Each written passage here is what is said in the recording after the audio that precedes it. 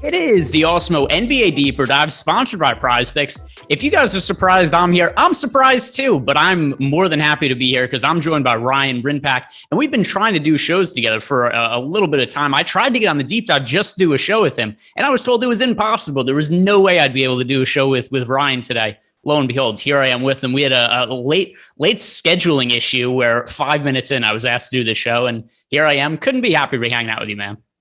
Excited to do doing with you, Greg, yet again. It's been some time. More importantly, thanks for stepping right in. I'm looking forward to breaking down this 6-game health and safety protocols filled slate yet again. It just doesn't stop. No, it does not stop at all. And we've already had a lot of players ruled out to the point where actually there are some players listed as questionable today, but it's not like we're dealing with a whole ton of guys that are questionable. The real questionable situation could be what are some of these starting lineups. So before we get into the game by game, these are the players who are currently listed as questionable. Derrick Rose, Lou Dort, OG Anunoby, Nick Batum, Precious Achiuwa, Kem Birch. That would seem like a lot of names, but relative to what's been going on in the NBA, it really isn't. It's just all these COVID situations and trying to figure out who some of the best value plays are. So, Ryan, you are one of the best, not just NBA DFS players, but DFS players overall that we have in the industry. When you see some slates like this, where it's just all hell is breaking loose, it's so chaotic, how does that impact your mindset as you start building lineups? So I try to put myself in the most certainty aspect of it. What team has players that I know is going to play? They're like, for example, yesterday it burned me. I waited for the Kings, and Doug Christie ended up finding out having to have full 10 bodies. And then he shout out to Nimas Kita for Portugal. He makes his debut, and all of a sudden they have so many bodies, and all those Kings players were good plays. They could have been more exceptional if they had less bodies. So on a slate like this, I already know Boston only has 8 guys, and I'm immediately looking to them. And I know Golden State is just sent they didn't even want to bother with the Toronto and Canada health and safety protocols. They sent them back to the Bay. All their veterans are back in the Bay. And I'm looking to those two teams because I know they're immediately shorthanded. And I'm just not going to wait on what else is going to happen in Orlando, what Lifetime Fitness hoopers are going to ball out for them. I don't even want to take my chances there. There's going to be some guys who just absolutely ball out. It's just trying to be confident in the path of least resistance here. And I think Boston and Golden State seems the best way to take your chances. Let's start with Boston then, because it's a good transition point. But that was the game I was already planning on doing first. I'm going to pretend that it's like, look at how naturally I just segue here. But that's the game I told Mike we're going to be talking about first. But on the Boston Celtics side of the game, you hit on it in terms of these players who are out. We have Grant Williams, Sam Hauser, not that we cared about him, but he's in the COVID protocol. Al Horford, Dennis Schroeder, Broderick Thomas, Romeo Langford, Juancho Hernan-Gomez, Jabari Parker, they are all out today. So what kind of an impact does this have on Boston? We could start on the high end with guys like Jaylen Brown, Jason Tatum. Do you find them to be good paid-up options today? Well, I think they're both exceptional play-up options. On a 6-game slate, you're going to see a lot of places, and especially us, we're going to have Jason Tatum projected to be one of the highest scoring players. There's going to be enough value to jam in the high scoring players. And I know Jason Tatum was a very popular play yesterday. I just didn't expect Chuma Okiki to outscore him, but you know what? It happens in DFS. Tatum, I think, is an exceptional play, and it was really promising to see Jaylen Brown play mid 30s minutes yet again. I like his price tag, $7,200 on FanDuel. He checks in at I believe $9,100 on DraftKings. He's going to be a low-owned option, but there is a small chance that Jaylen Brown can outscore Jason Tatum. He's done it time and time again throughout his career. I like that his minutes are safe. Look, they only have 8 guys. I mean, you expect Tatum and Brown to lead the way with usage, followed by guys like Marcus Smart. And then there's the bench guys in Aaron Nesmith and Payton Pritchard, who are cheaply priced options that you can take your chances on. I just feel very confident in these guys' minutes. And I just don't think it's going to be very hard for them to really, really burn you. And I just think the lack of bodies that you're going to expect these guys to play a significant amount of minutes. And regardless of price tag, I just feel confident with that move, just going to these Celtics guys, especially Tatum and Brown.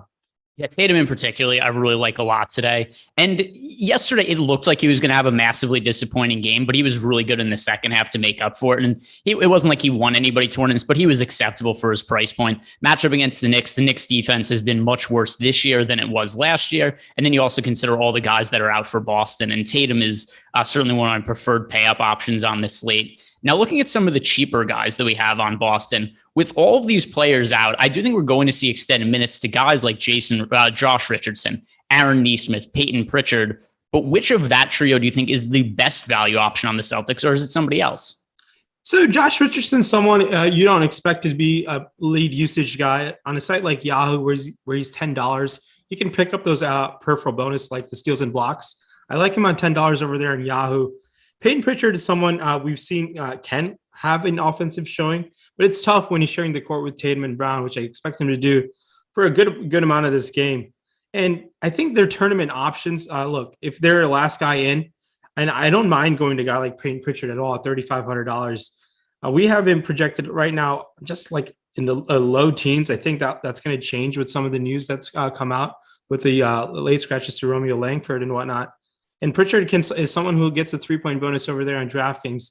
I prefer Pritchard to Nesmith, but Nesmith also has shown an upside before. Both of these guys are fine. And Boston's just a priority for me. And on DraftKings, I prefer going to Pritchard and Nesmith to Richardson just because I think I could do a decent amount with an extra $700 to jam in that extra stud and potentially have some pending news where I can do that. Pardon me there. I was talking about FanDuel, the $700 difference. Over there on DraftKings, Nesmith comes in at 35 and Josh Richardson's 33. I prefer going to Richardson over there in DK. Yeah, I'm with you with Richardson on DK, and I feel the same about FanDuel also. I feel like Richardson should be more popular. I personally gave him 30 minutes today, which has him looking really good at a 3,300 price tag on DK. Like you said, FanDuel, he's a little more expensive, so it becomes a different situation. But 3,300, you just have to give Richardson some form of significant minutes, unless they're just going to go play Tatum, Brown, Marcus Smart all over 40 minutes. I think Richardson's going to play a pretty healthy amount of minutes. So certainly something that looks appealing to him from my standpoint. The one other guy I really want to ask you about on Boston, Robert Williams. They've been really cautious with his minutes. This is the tail end of a back-to-back for Boston. But considering that we're seeing all these players, Grant Williams, Al Horford, they're out in the front court, does Robert Williams look like an appealing tournament option for you? Yeah, so Robert Williams is someone that I think we should definitely be considering.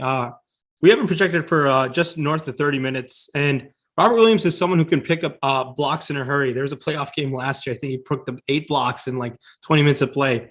He is another version of Mitchell Robinson, kind of ironically. They're playing against each other. But I like his price tag on a slate like this. I hope he played 37 minutes last time out, and he didn't perform all that great. I just think there's a pathway for him to being very, very good. And just because another lack of body situation, I just feel confident in Robert Williams' minutes, barring any foul trouble or injury, that I think we should definitely make him a priority in terms of the center position on FanDuel on tonight's slate. All right, so let's head on over to the Knicks. But first, I didn't ask for likes or subscribing to the YouTube channel at the top of the show. We were in a panic. I was filling in last minute, and it just slipped my mind that I should be doing that, especially at the top of the show. Guys, do us a favor, like this video, subscribe to the YouTube channel. Do it for Ryan. I'm just feeling good about doing a show together. So hopefully, if we get a lot of likes here, we'll get to do some more shows together in the future. But now moving over to the Knicks side of the game, a team that's also been ravaged by COVID protocols. So these are the players currently out for the Knicks. Quentin Grimes, Emmanuel Quickley, Obi Toppin, Kevin Knox, RJ Barrett, Miles McBride, who I hadn't even heard of this guy 10 days ago, and he's been a star for the Knicks from a DFS standpoint. He's in the COVID protocols. That all comes in addition to Derrick Rose being questionable. So first, let's look at the situation with Derrick Rose. If he's out, who do you think is the guy that stands to benefit the most of the Knicks guards? I mean, does this mean they dust off Kemba Walker? I mean, doesn't have like any single tag to him situation, right? He's not in the COVID protocols or anything. I mean, Thibodeau would like decide not to play Kemba Walker even when he needs his body. It's just Thibodeau being going to be Tibbs. I hope Derrick Rose plays because I think he's going to be low owned and he has significant upside with the lack of bodies in the Knicks situation as well. He burned everyone and their mom last time out against Houston, burned me significantly. I was very high on Rose. But barring anything, I mean, if Rose is out, immediately I'm going to look to my eyes of just like Burks and Randall, just because I think a lot of the usage is going to shift their way first. Fournier will get something sprinkled away, and I think Wayne Selden is going to be forced to play a ton of minutes at that point.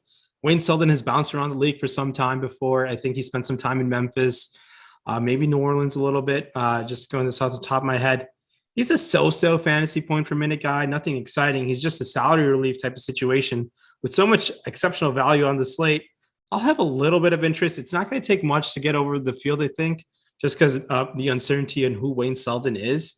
And he's a backcourt guy. He just needed backcourt minutes to fill in. I mean, they're so lack of depth in the backcourt. The front court is fine. They have enough front court guys to get through this game. you're going to see Alec Burks play north of potentially 40 minutes if there's no D Rose. He's going to almost already get there with even if Rose plays. So I like the certainty in Burks' minutes. Look, he's priced up, and I think you can definitely still take your chances even at that elevated price tag at 7,700. Over there in FanDuel, I think Burks comes in at 5,500. That's too cheap. He's immediately standing out one of the better plays on that site. And Burks on Yahoo, I believe, comes in at only $19. So if you want to play Burks, I like going to FanDuel and Yahoo. And if you land on him on DraftKings, he does have 40-plus fantasy point upside based on the potential minutes he's going to play. Give me a little bit of Evan Fournier here for a couple reasons. Number one, I actually think that he's sensible. This is assuming if Derrick Rose is to be out, by the way. If Derrick Rose is in, I'll have a little less interest in Evan Fournier.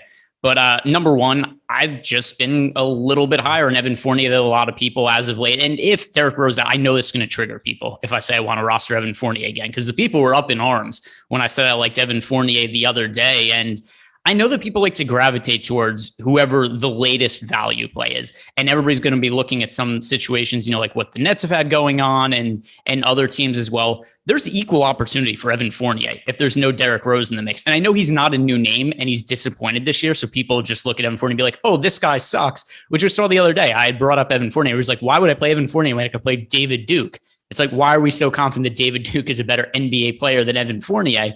And so I think that he's one of those guys that just kind of gets lost in the shuffle if players get ruled out for the Knicks. If there's going to be no Derrick Rose, I could easily see Evan Fournier play north of 30 minutes and then also potentially inflated usage. He had a 27.7% usage rate last game. That was his second highest mark of the year. So Evan Fournier to me would be a contrarian GPP option to look at because I know that everybody hates him based on the reactions I got the last time I brought him up. Do you have any opinions on Fournier? I mean, you nailed it. I love Fournier's price tag at $5K. And there's a slim chance he could be the highest scoring Knicks player fantasy-wise. He has 3-point upside. You love that 3-point bonus at $5K on DraftKings. And just wanted to touch on note, we just got where Justin Jackson signed with the Celtics. He will be available to play tonight. So the Celtics are not as shorthanded as once believed. Another body does a big difference. Going from 8 to 9 bodies does a lot because it just shaves down all the projected minutes for those 8 guys. I don't think Justin Jackson's going to play like 30 minutes. I think he's going to play teens minutes, maybe 12 to 15 minutes in that range, but that does change some things. It changed minutes projections for, I guess, my projection would be to shave off some minutes of guys like Tatum and Brown and potentially Marcus Smart. Justin Jackson's a wing, so it doesn't really affect much for guys in the backcourt, but I do think in the front court, Jackson might steal some minutes here and there. I think that this would negatively impact Jaylen Brown the most, just from this standpoint. He's fairly expensive. It's a tail end of a back-to-back. Boston's been so cautious with his minutes. I would think they just don't want to go play Jaylen Brown something like 40 minutes in this spot, which they may have been forced to do so otherwise.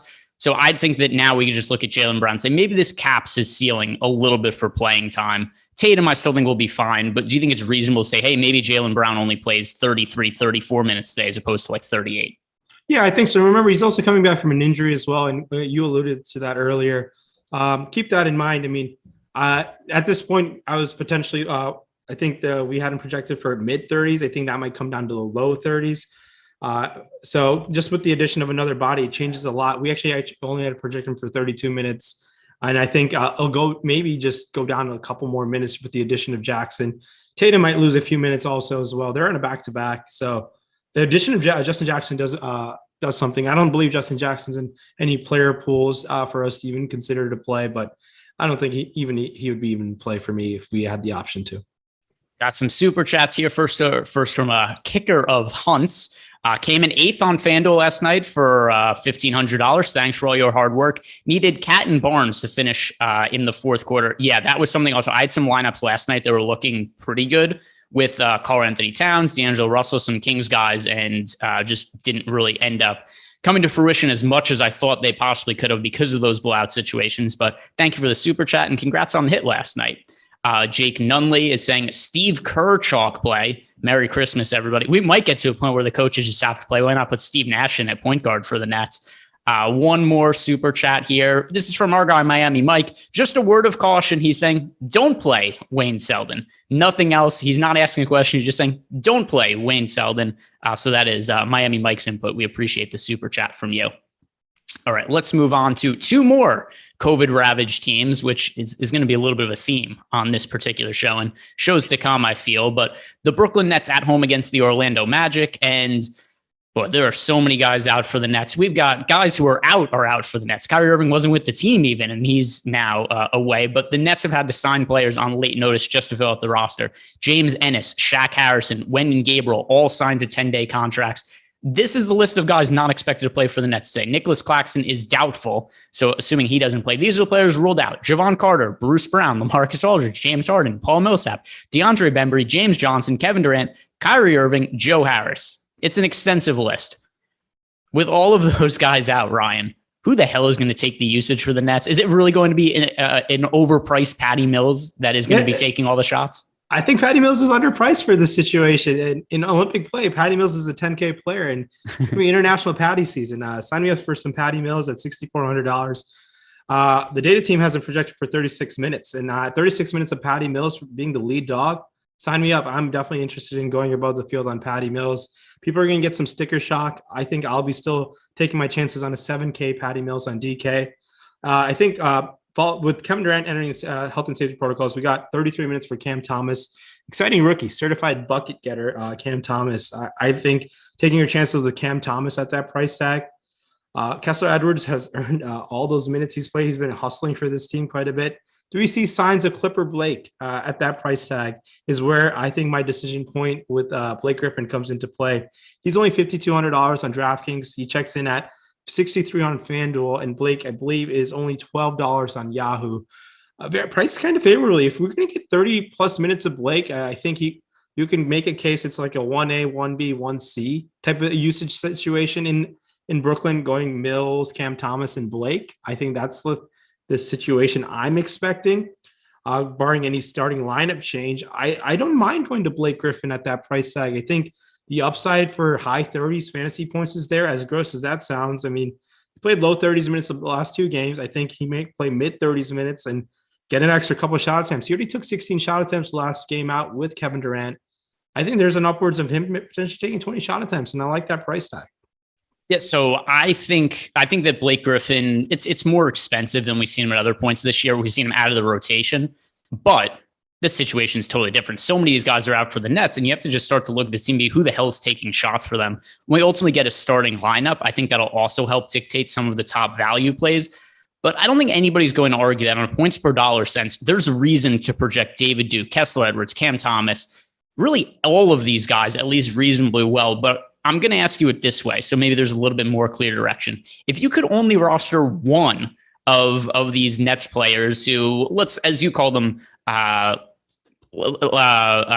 was the Jimmy? We'll call them YMCA Hoopers. If you could only roster one of these YMCA Hoopers, Ryan, which of them are you going to?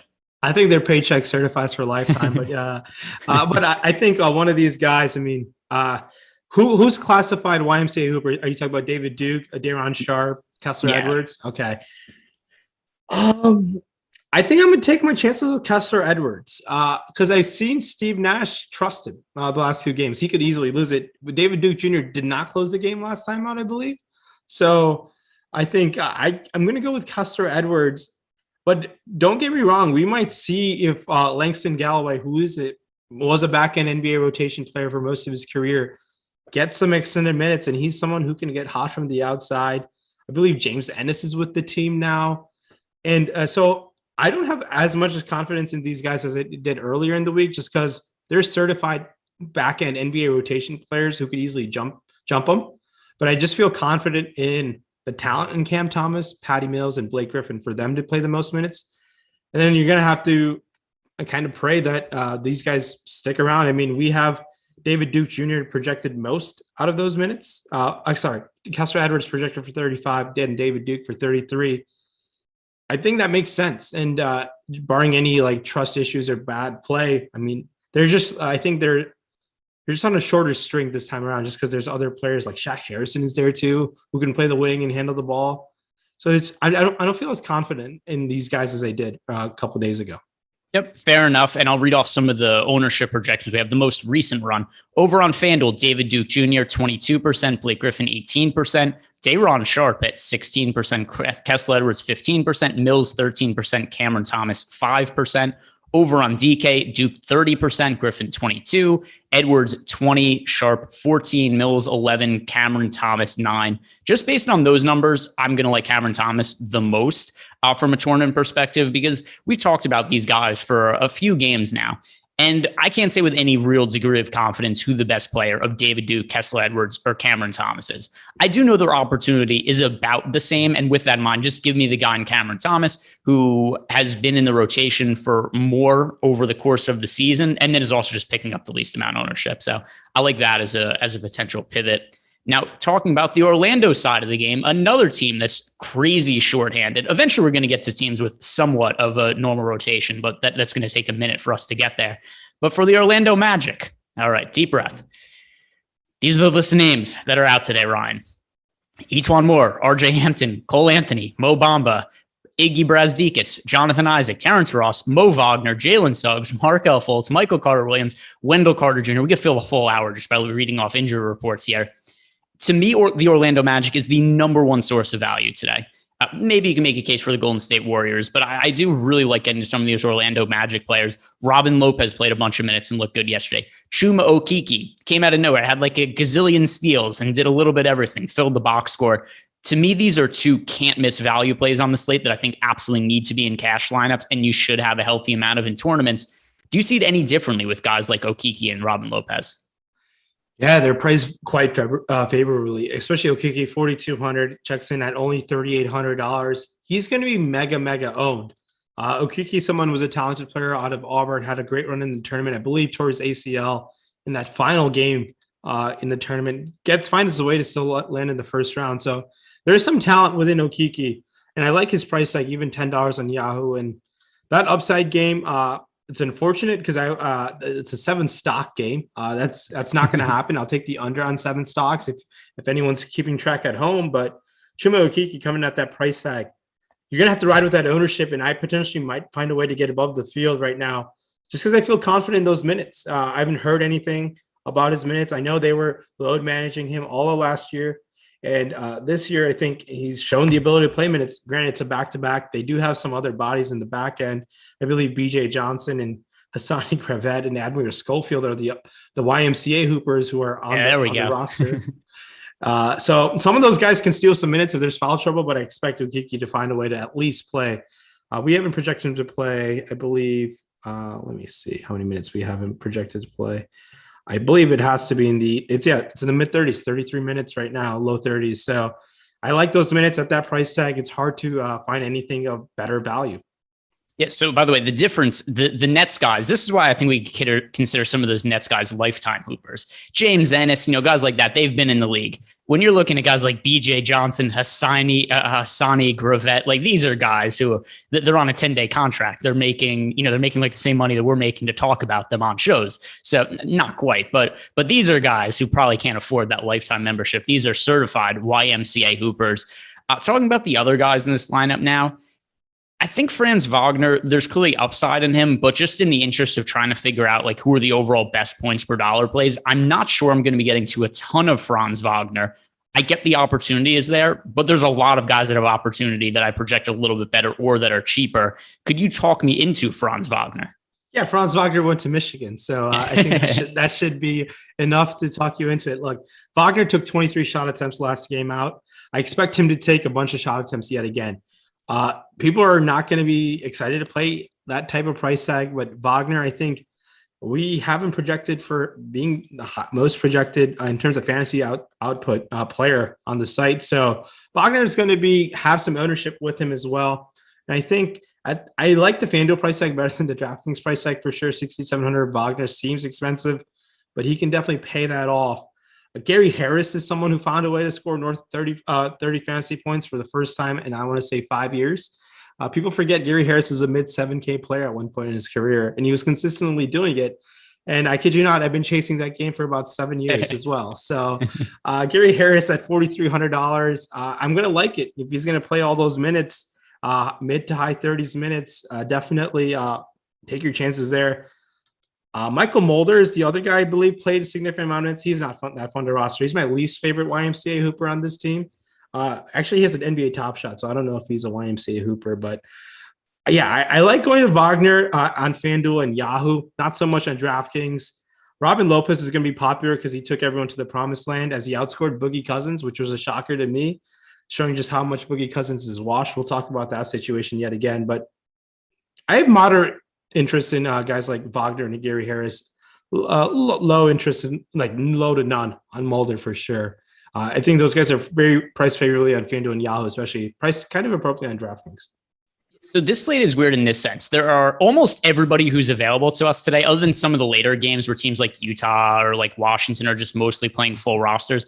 There's a lot of guys that to me are just like, hey, okay plays. I almost have no interest in okay plays on this slate in terms of points per dollar. I don't even have interest in the guys that are good points per dollar plays on this slate. I'm looking at the guys who are like great to unbelievable points per dollar plays because there are so many guys who are benefiting. We've got half the teams have half the roster out.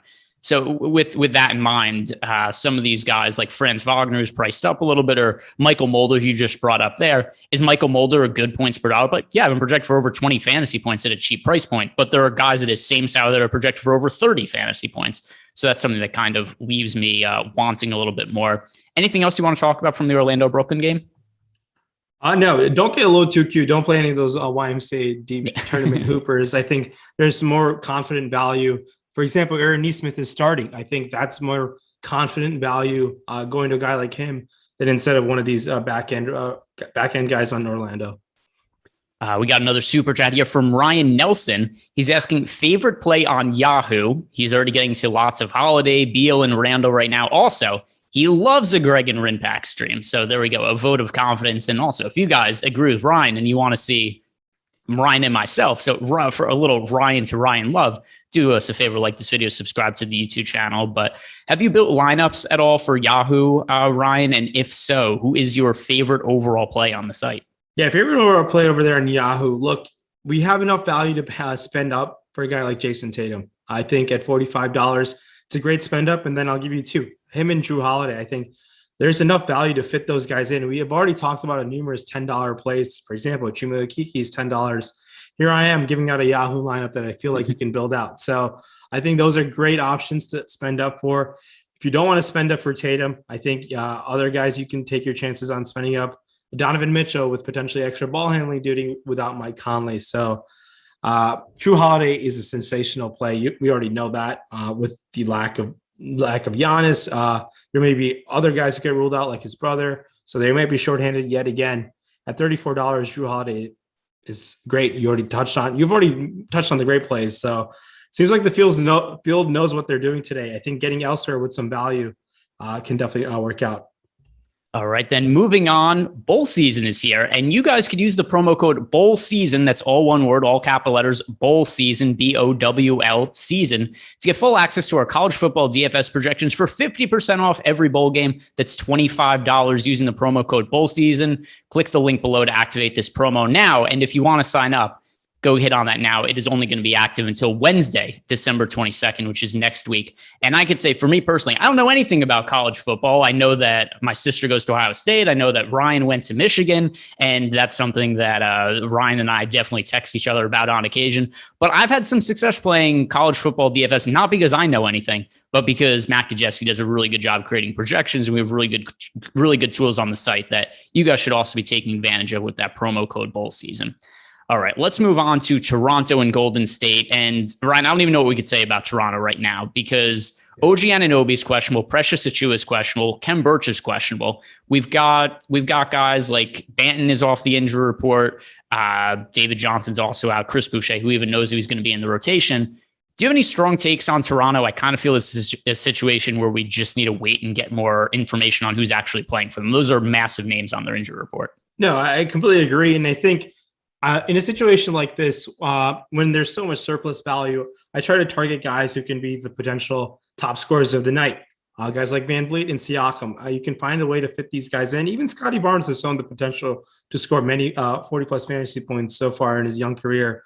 I think there's enough value to jam these guys in. They're going to be kind of decently owned on FanDuel, a lot higher than I expected.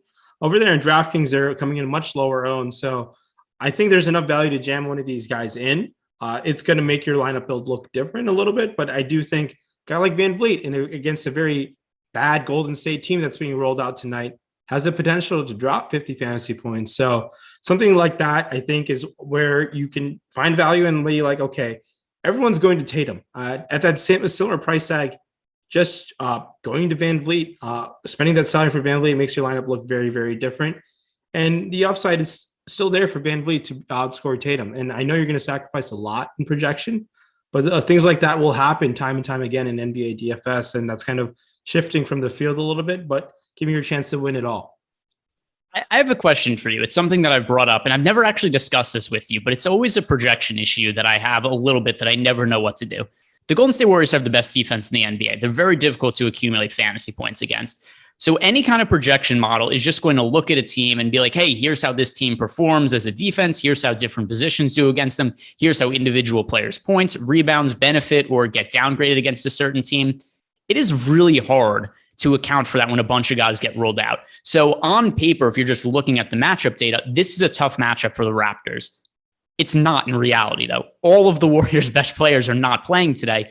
So how would you kind of take that information in, and how would you look at guys like Pascal Siakam and Fred VanVleet, who probably don't just project well in a traditional projection system, but understanding that the matchup is much easier than what it appears? I kind of throw it out the window and not necessarily give like a significant bump to this Raptors team, but a moderate one, just knowing that, look, they're not going to be playing with like their deadly defensive lineup of, I believe their best defensive lineup they roll out is like Gary Payton, Wiggins, Iguodala, Looney, and Draymond Green. They play those guys for some minutes, and they don't allow points when those five are on the floor. And for surprising, Kevon Looney didn't get the luxury to go back home. He's going to be active, and I don't know how many minutes he's going to play. So I don't have any interest in rostering Kevon Looney. Maybe he's just there for emergency purposes, but I don't know why he's playing. If you like, the rest of the starters got sent back to the Bay. Maybe he wants to hang out with Drake. Who knows? But this Golden State team, in terms of DFS, is like goldmine. All of these guys are going to potentially play 30-plus minutes. Keep an eye on the starting lineup for sure. Gary Payton, someone who's time and time again shown the ability to put up a lot of fancy numbers. Nemanja Bjelica will become my favorite player on the slate if he's going to start, which I expect him to start. I know Otto Porter has been ruled out. If we're going to get 30-plus minutes of Bjelica, he has the potential to put up 40-plus fantasy points for sure. I love that price tag, especially on DraftKings, $3,400. Bjelica comes in only at $4,000 on FanDuel, and I believe on Yahoo, he must be $10. He is $10 on Yahoo. Bjelica, I think, is my favorite Warrior. Do you have any disagreement with Bjelica being my favorite Warrior? See what the starting lineup is. I assume he's going to be in it. I might lean towards Gary Payton II, the Mitten, potentially Juan Toscano-Anderson. I find it really hard to differentiate these guys. I have them all projected really similar also. Guys like Damian Lee, Bjelica, Toscano-Anderson, Gary Payton. I have them all projected for around 30 fantasy points. So with that in mind, I think all of them are really good plays, and you should get exposure to all of them. I don't know which ones I like the most. Here's what's really annoying about this slate. Every star player has COVID or is resting today. So there's all this value, and I just like there are guys that I have projected for more fantasy points at mid price than there are guys who have projected who are, in the 6K range. So I think I'm going to have a lot of lineups that leave more salary on the table than I normally would. But I'll have to see what some of these starting lineups look like. But yeah, I think all of the Warriors guys look good, but just in the interest of trying to make this information actionable, if I could only play 3 Warriors, it would be Gary Payton II, Juan Toscano-Anderson, and Nemanja Bjelica. Okay. I think I would prefer Damian Lee to Juan Toscano-Anderson, but it's a little close there. It's a toss up. It's like, it's going to be like an ownership decision at that point, but I don't have no issues with those 3 players. And it wouldn't shock me if Chiozza starts for some reason, but Chiozza he's going to need a lot of minutes to get there fantasy wise. He's jumped around a little bit. He's been on the Nets. He's been on the Wizards. But yeah, Golden State, that starting lineup is going to be a key to a lot of ownership on this slate. And just avoiding the landmines in that starting lineup will be the key to success. And even if Kevon Looney starts, I am not playing Kevon Looney tonight. I'll go out and say that. And here comes Kevon Looney's like 2020 game and showing why he's Kareem Abdul-Jabbar. I just can't go to Kevon Looney. So something else that's nice, if you look at our latest run of ownership projections, Bielitsa is projected for less than 10% ownership right now on DK and FanDuel. So I think the field is on some of these other guys. Gary Payton II on DK is projected for 33% ownership. We've got Damian Lee projected for 24, Juan Toscano-Anderson 23. And then you look over on FanDuel, Payton's projected for 28% ownership. So some of these guys, Juan Toscano-Anderson 24%. Some of these guys are getting love. Bielitsa is not. And we've seen Bielitsa have big games in the past. We've seen him capable of picking up more usage. If you're just looking at these guys' points per dollar, I think you could legitimately make a case for everybody almost on the Warriors roster that's active today as being a good play. But just to reiterate, the ones that I think are most important for me, Gary Payton II, Juan Toscano-Anderson, Bielitsa. You also threw Damian Lee into the mix, which I have no issue with. Anybody towards the lower end, whether it's Moses Moody or Jonathan Kuminga, that you think that you might want to get to? Yeah, Kuminga is uber talented, and it would make a lot of sense for them to start one of these guys for sure. Both of those guys, I mean, are very talented prospects for sure. I would love to see Moses Moody start. If Moses Moody is starting, shout out to Kendrick Perkins, who can never get his name right, but Moses Moody is someone I'll go to if he starts, and I'll go to quite heavily. Very talented player coming out of, I believe he went to school in Arkansas, if I'm not mistaken. So Moses Moody is someone who I'll take my chances on for sure if he's starting. All right. Thank you to Wayne Ingersoll. Wayne left us a super chat just saying, thank you guys. Thank you. We appreciate the super chat very much. And we can move on to the next game here. The Clippers at Oklahoma City Thunder. Another just thrilling game to be looking at. But first, shout out to our sponsor, Prize Picks, who, if you guys are unfamiliar with Prize Picks, they have prop-based DFS contests. You build player prop cards, and there's a really useful way to do it using the tools over at Awesemo.com. First, if you guys want to check out some of the projections and compare it to the fantasy over-unders they have on Prize Picks, it's the same scoring as FanDuel. So you can look at our FanDuel projections and you could try to figure out from there who are the best plays to go over or under on their numbers. Also, you guys can check out oddshopper.awesemo.com. And over on OddShopper, we have over-under projections in terms of ROI, expected win rate for player props for basically every player that's out there. And it's using our NBA projections. So you could use that, compare that to some of the lines at Prize Picks. That's a good way to find value. But the absolute best way to find value over on Prize Picks, you sign up using the promo code Awesemo, get up to a $100 bonus on your first deposit. And we have a new deal with Prize Picks that'll also get you one free month of Awesemo Plus Platinum. So you sign up, you get the free month of Awesemo Plus Platinum, help you win money on DK, FanDuel, Yahoo. You also get the $100 bonus deposit match. So all stuff that's good value you guys should be checking out. All right. We've hit on a lot of the injury situations, and now it kind of cools down a little bit because we've got some more normal looking lineups, which makes these teams a little bit less appealing. First off, with the Oklahoma City Thunder. Lou Dort is questionable, but other than that, they've got Josh Giddey back. SGA had missed some time a few weeks ago. He's back in the lineup. I look at SGA considering all of the value on the slate as a viable spend-up option, but he's not super high priority. And as of the cheaper value plays, there's nobody I really want to get to because there's so many better points per dollar plays in the other games. Do you feel any differently about OKC? Yeah, there's obviously a bunch of better point per dollar value plays. I think SGA going to be low owned. Does he have 50-point upside within him against the Clippers matchup? Yes. And that alone will have some interest just because I think we've already talked about such great value where if you just sprinkle in some SGA, I think that's completely fine if you're building many lineups. But if you're building one lineup, I don't think SGA falls in there. I think SGA is someone that you can definitely go to if you're having 20 lineups for sure. I think SGA having a couple of them in 20 lineups makes a lot of sense. I like that price tag on FanDuel at $8,800. I think I think you can have a little bit more than you would on DraftKings. Has upside. That's what I'm trying to target for in these spend-up guys. I mean, we don't have the same luxury of spend-up guys, and that's why SGA is kind of a super stud on this slate, as crazy as that sounds. And there's enough value to get him in. Josh Giddey's been just like kind of consistent. He's just going to get you low 30 fantasy points, but I don't think he's that necessary on this slate whatsoever. I don't really have any interest in any other a member of the Thunder outside of SGA and Giddey, and Giddey's very low interest in my opinion. Yeah, guys that I'd be getting to more on other slates, but like, why do I need to roster any of these cheap OKC guys when you look at teams like Orlando or Golden State that have all these guys out and you just have entire rosters basically of min-price players? I do have some news here that the news god just sent me. Tom Thibodeau says Kemba Walker is somebody he could use tonight.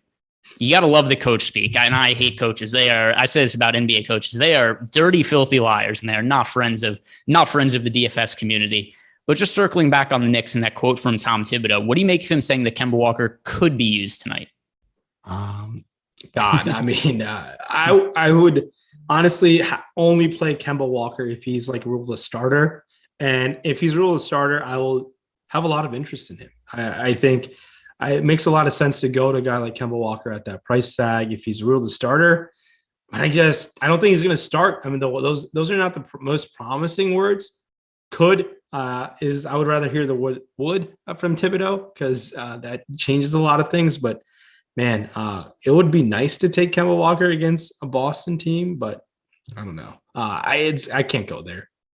So I don't have interest in Kemba Walker, but just this news, it makes me feel less good about other players on the Knicks because now there's just somebody it's another body potentially picking up minutes. And then I just have to say, you know what? I don't feel as confident in guys like Evan Fournier's minutes because with all these guys out for the Knicks, it was something you said was a possibility earlier that do they dust off the dusty Kemba Walker? They're not going to get all the dust off, but they'll try to throw him out on the court. And it just makes some of those other plays less appealing from the Knicks. It makes me want to focus more on the Warriors and Magic value. Yeah, I think you bring up a good point. And I guess I got to maybe walk back a little bit. If Derrick Rose is not starting, I do think Kemba Walker almost kind of has to play. I mean, I don't know if Thibodeau will play him. I would have played him if I'm Thibodeau, but I would like Kemba Walker if he starts. That's, I think, how I'll simply put it in a short way of saying that's the only way I would take my chances on Kemba if he's a starter. Yeah, I'm certainly not playing him if he comes off the bench, especially because then you're just relying on Tibbs saying, maybe I'll play him. If he's starting, then we know he's playing. If he's coming off the bench, who knows? Everything's up in the air. Let's talk about the Clippers side of the OKC game. Paul George is not expected to play. He's doubtful. Nicholas Batum, he's questionable. So we look at these other guys on the Clippers that do benefit with Paul George likely not being in the lineup, but they're kind of already priced up for it. Reggie Jackson, he's benefited. We've seen increased usage in recent games, but the salaries are already there for a lot of these guys. So is there anybody that you think really benefits or is still underpriced in the situation without Paul George? We saw Eric Bledsoe pop off earlier in the week, I believe, if I'm not mistaken. So yeah, he dropped 40 plus fantasy points, 8 for 10 shooting, played 30 plus minutes. I think you could go to him, but proceed with caution. I just feel confident in a guy like a Reggie Jackson. But it's not, I think there's better plays than him on this slate that we've already touched on. He's priced appropriately / too expensive, I think, at $7,400. He's 61 on FanDuel. I'd take my chances there, but 74 on DraftKings, I need to shy away from that. $20 Yahoo price tag, you can definitely go there. Play him on FanDuel and Yahoo and look elsewhere on DK is how I'd proceed with Reggie Jackson. It was concerning to see. I don't know what to make of these minutes. Do we have news on Nick Batum if he's playing or not? Because if he's out, I would definitely take my chances on Terrence Mann. I think Mann could play. We've seen him play upwards of high 30s minutes a couple games ago. And I'll take 36, 37 minutes of Terrence Mann and potentially Luke Kennard if he's going to play that many minutes as well if there's no Nick Batum. Batum is still questionable. I assume that he's probably going to be a game time decision. We won't know until later. If I was forced to guess whether Batum plays or not, I would say no, because he's played once since November 19th. And that one game he played 15 minutes. So with that information in mind, I would say more likely to sit than actually play, but he is officially listed as questionable. If he's in, I do agree with you. He's out. Then I think guys like Terrence Mann, Luke Kennard look a little more appealing. If he's in, there's just better value plays. I don't project guys like Terrence Mann or Luke Kennard any differently than guys like Gary Payton or Nemanja Bjelica. The difference is those guys are just cheaper. Yeah, I think you nailed it. There's nothing really else I can add to that. Keep an eye on the Batum news and proceed with those guys mentioned earlier. All right, so let's move on to the Milwaukee Bucks game against the Cleveland Cavaliers. And let's just start by bringing up the Demarcus Cousins situation. I assume he's going to start again. He started yesterday for Milwaukee, and these are the players who are out for Milwaukee. This is every game just starts with me reading a really long injury report list. Dante DiVincenzo, Chris Middleton, Bobby Portis, Giannis Antetokounmpo, Wesley Matthews, Rodney Hood, Brook Lopez, all out for tonight. With that in mind, do you think we see another start for Demarcus Cousins? And if so, could he perform better than what happened yesterday? So Yeah, that was really frustrating. I went to Demarcus Cousins quite heavily as well, just because I was waiting on that news, and it forced me to move off of a lot of Robin Lopez. And in hindsight, Demarcus Cousins has been working up to game conditioning for some time. Maybe this is who Demarcus Cousins is, just because of all those injuries. He just can't play north of 20 minutes anymore. Maybe he's just like permanently load managed just because of all the injuries he's had to take on. It's sad. Demarcus Cousins was an elite offensive player for a long, long time. And it's unfortunate that we can't get to see that again. I would definitely take my chances to roster him again if he's starting. And if for some reason plays better. I don't know if he got his minutes were limited due to bad play or they decided to go small. It maybe is a combination of both and probably conditioning. So Demarcus Cousins is $3,800. Does he have 30 plus fantasy upside in 15, 20 minutes to play? Yeah, that's why I will be rostering him, but I'll be not as rostering as heavily. And I don't think the field will be either. I think the nature of recency bias is getting bit again. People will be looking elsewhere. And I think Cousins can play well. You just got to hope he plays enough minutes to get there. Here's something else that's appealing to me. Demarcus Cousins is projected for less than 1% ownership right now on FanDuel and DraftKings. And yes, he was in all my lineups yesterday. I can't even say it went that poorly on DraftKings. Whatever. He was 3,100. He scored 19 and a half DraftKings points. Was it ideal? No. Was it optimal? No. Was that what ended my lineups? Absolutely not. However, he scored, I think he had 7 points, like a block, not a block. I think it's 7 points of rebound and an assist in the first 3 minutes of the game. He also had 2 personal fouls and a technical foul in the same amount of time. So he filled up the box score in all kinds of ways in those first few minutes. I tend to think that he would have had a monster game had he not picked up those fouls. And he was a pain in the ass with the refs for the entire game. He picked up that technical later on in the game. He had just a blatant foul on a fast break where he just let, I don't even remember who it was get around him, but he just hacked him and then he was complaining to the ref for the rest of the game. Budenholzer took him out and just never put him back in. But ultimately, I do think that Demarcus Cousins has a lot of upside, regardless of what happened yesterday. If he was going to be really popular, maybe I'd say, hey, there's all these value plays to get to a look elsewhere. Demarcus Cousins is less than 1% owned. To me, that makes him a very good pivot off of some of the more popular plays today. Yeah, I think you nailed it. And I didn't know that was the game script for him. And hearing that, I think we're going to have to give him another chance. Hopefully, fingers crossed. Drew Holiday obviously is probably consensus, everyone's favorite buck, and rightfully so. The field is going to be there, and the price tag definitely suits him. He's he should be a 10K player for this game situation. Jordan Nora, someone who was on his way to 50 fantasy points, I think, if that game goes to double overtime for sure. I like going to him $5,400 and $3,600 on DraftKings. Sign me up for Jordan Nora. No questions asked. All about Jordan Nora. A guy who's a certified, he balled out in the summer league, has balled out when he's given time in the usage yet again. And at that DraftKings price tag, even on Yahoo, I think we should be heavily interested in Jordan Nora for sure.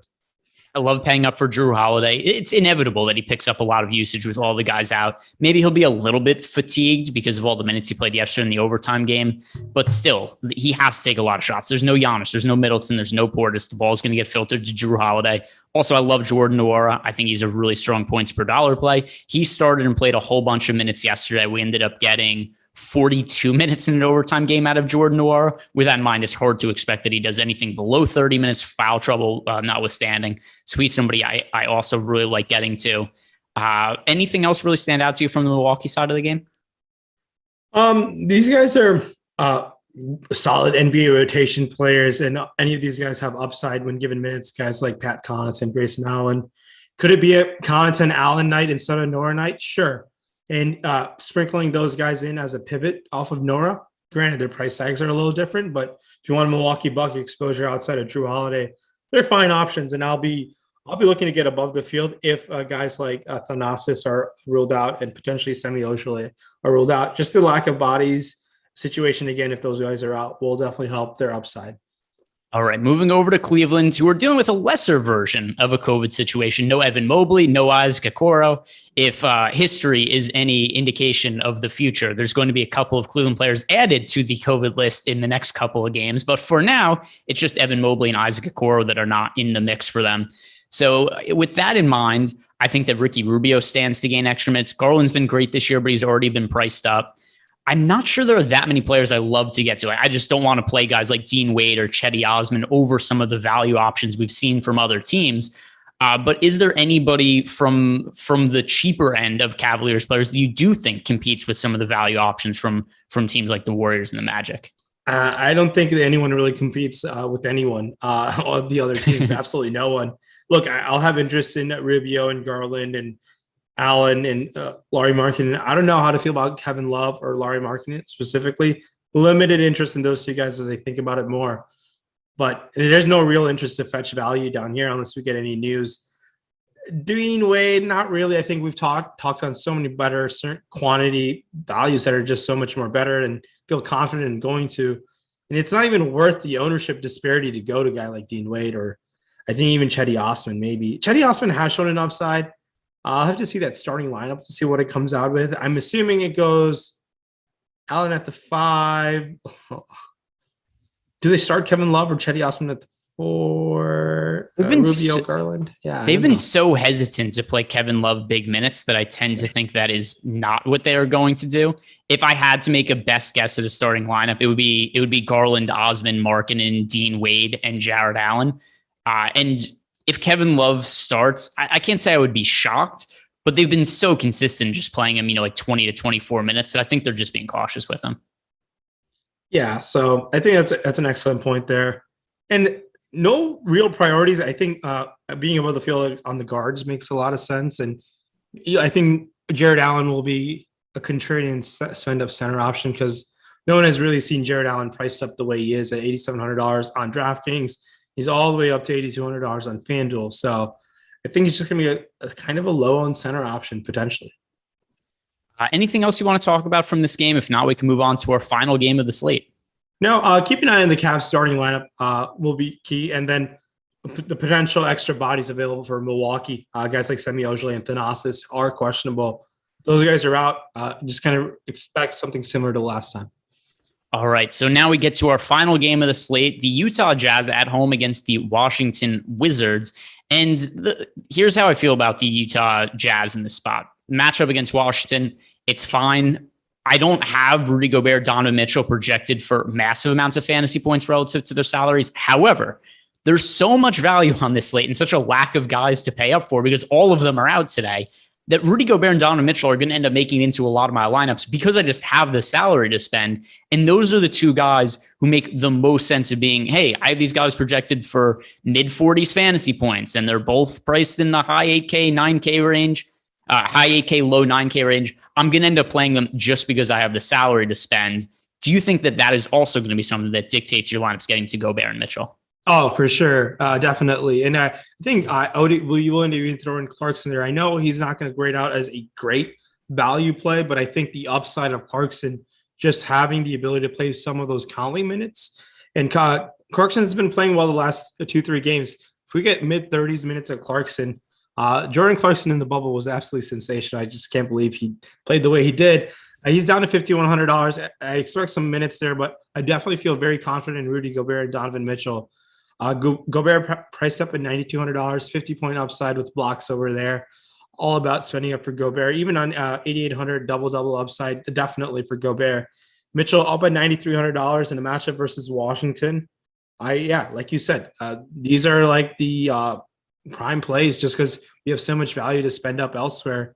They make a lot of sense, and they're priced very favorably on Yahoo as well. And I think the ownership will get there, but I don't know how much of it will get there by the end of the night. We get there because so many moving parts with the news. A lot of times this prevents like these guys to be higher owned just because of how much news we get. Yeah, and I didn't mention Mike Conley is out. I didn't mention that in the top, but that was also something that filters more usage to guys like Donovan Mitchell and Rudy Gobert. In the past, I've loved Clarkson whenever Mike Conley's been out, and same goes for somebody like Joe Ingles. But there's just better value plays to me in this situation. It's not to say that Clarkson's an outright fade for me, but typically I would be getting to Clarkson, like 30, 40% in games without Conley. That's just not the case because of all the other value options on the slate. So Clarkson, is he a priority for you with Conley out, or is he just somebody who makes it into the mix? He makes it into the mix just because to target that upside that Clarkson has, he's not a priority play by any means. No way. He's not a priority play. He's just like I want to get above the field with Clarkson, and it's just not going to require me much to do so. Yeah, I think that is a good enough way to look at it. And then somebody like Joe Ingles, where does he fit in for you? Because we have seen him play well without Mike Conley in the past. He often starts in these situations. But once again, there's just other players I have to prioritize over him. Yeah, it's been a little different. It wouldn't shock me if Ingles is ruled the starter by any means. And it's been a little different. Ingles I don't think has been playing as well fantasy-wise this year. His minutes have been lower. He's getting up in age too. So I don't. He's not that much priority play. We've touched on so many guys around that price tag that I just think are much superior plays. And I don't think Ingles has 40-point upside. I think everyone in your lineup tonight, almost like every night, needs to get like 40 points. With all this value today, I think that's definitely going to be the case, 40, 45 points at the minimum. And if you can pinpoint that in your lineup, you're going to win a lot of money. All right, super chat here from Keith Dorman. He's asking, is this one of the few slates where you can leave multiple thousands of dollars on the table when building line? Multiple thousands might be a little bit of a stretch, but certainly going to be lineups where I'm leaving more salary on the table than I normally would. And I don't personally set any rules in Fantasy Cruncher. Ryan, I don't know if you do that, where I don't make it so it's like, oh, I can't have lineups that leave more than $300 on the salary. It's just, based on the randomness and my projections, whatever the lineup spit out is kind of something I'm generally okay with. Today, I think just because there's so many cheap plays, I'm going to have lineups that leave more salary on the table. I don't know if it's going to be like 3,000 or 4,000. That to me seems a little bit too much. But would you agree this is a slate you're probably going to be leaving more salary on the table than normal? Yeah, definitely. If you're to like pull down like the average salary left over, it'll be greater than most just because of how good the value is. There's going to be multiple, I think, sub 4K guys that can put up high 30s fantasy points, and that alone will naturally result in salary left over. All right, so now moving over to the Washington side of the game. And finally, a team that I just don't really think has that much value because the players on the injury report, Hachimura's been out, Thomas Bryant's been out, Corey Kispert's questionable. I don't care. Corey Kispert, I don't have him playing minutes even if he's in. So with that in mind, this is a really tough matchup for Utah. There's a ton of value elsewhere outside of maybe saying, hey, there's some value in spending up for Bradley Beal because we have a ton of cheap options on the slate. Spencer Dinwiddie's back after resting yesterday. I think Washington's my least favorite team to target today. Yeah, in terms of upside, just because of all the value that we've touched on so far, it's honestly just Bradley Beal and maybe Kyle Kuzma. Kyle Kuzma makes me gross to say, but has 40-point upside. Outside of that, I really don't have interest in anybody on this Washington team. And if someone else besides those two guys puts up 50 points and I lose, so be it. I go on to tomorrow. I think you can definitely roster Beal because he has that upside. No one else. There's no real value that stands out on this team for me, especially Spencer Dinwiddie will be playing today after taking the previous game off. There's another body there soaking up significant amount of minutes, and usage as well. It's just not as an appealing spot at all. It's just Beal, and you move on. All right, so we've got about a minute left here, and then we're going to turn it over to Live Before Lock. I don't even know who's going to be on Live Before Lock now. I haven't been checking. It better not be me? Am I sticking around? Listen. Oh, okay. It's EMAC. EMAC filling in on NBA Live Before Lock. So, guys, EMAC 2024. Do us a favor, like this video, subscribe to the YouTube channel. We've still got NBA Live Before Lock coming up next. There's also the NFL slate. Don't forget there's an NFL, still one game left today, so we're going to have that covered tonight. So like this video, subscribe to the YouTube channel, and watch all that stuff. We've got you covered.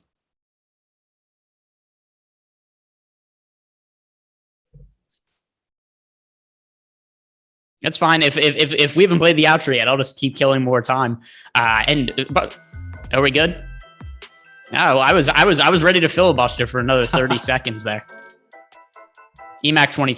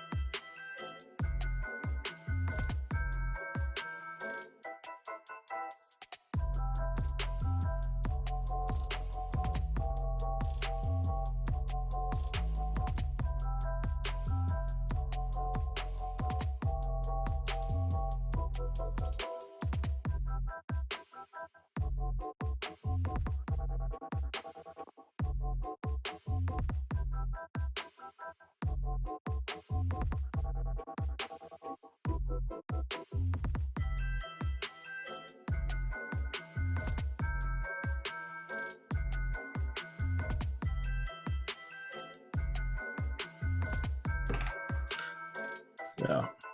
No, I was taking a nap, and then I was going to set some lineups, and then I was going to do the NFL show, and all hell broke loose. I woke up to like 5 messages from all kinds of producers. Nolan was reaching out to me. It was pretty wild. Felt like I was in demand there for a minute. Is just a pretty apt description of the sports the NBA world in general. Oh, good times. Oh no, Brian C. Waffles. Don't worry, we know. Hey, where's the guy last from 2 nights ago who insisted Evan Fournier was a horrible play and said he was going to come back on Friday? He never came back. I wonder what his new username is. Good to go. Yep.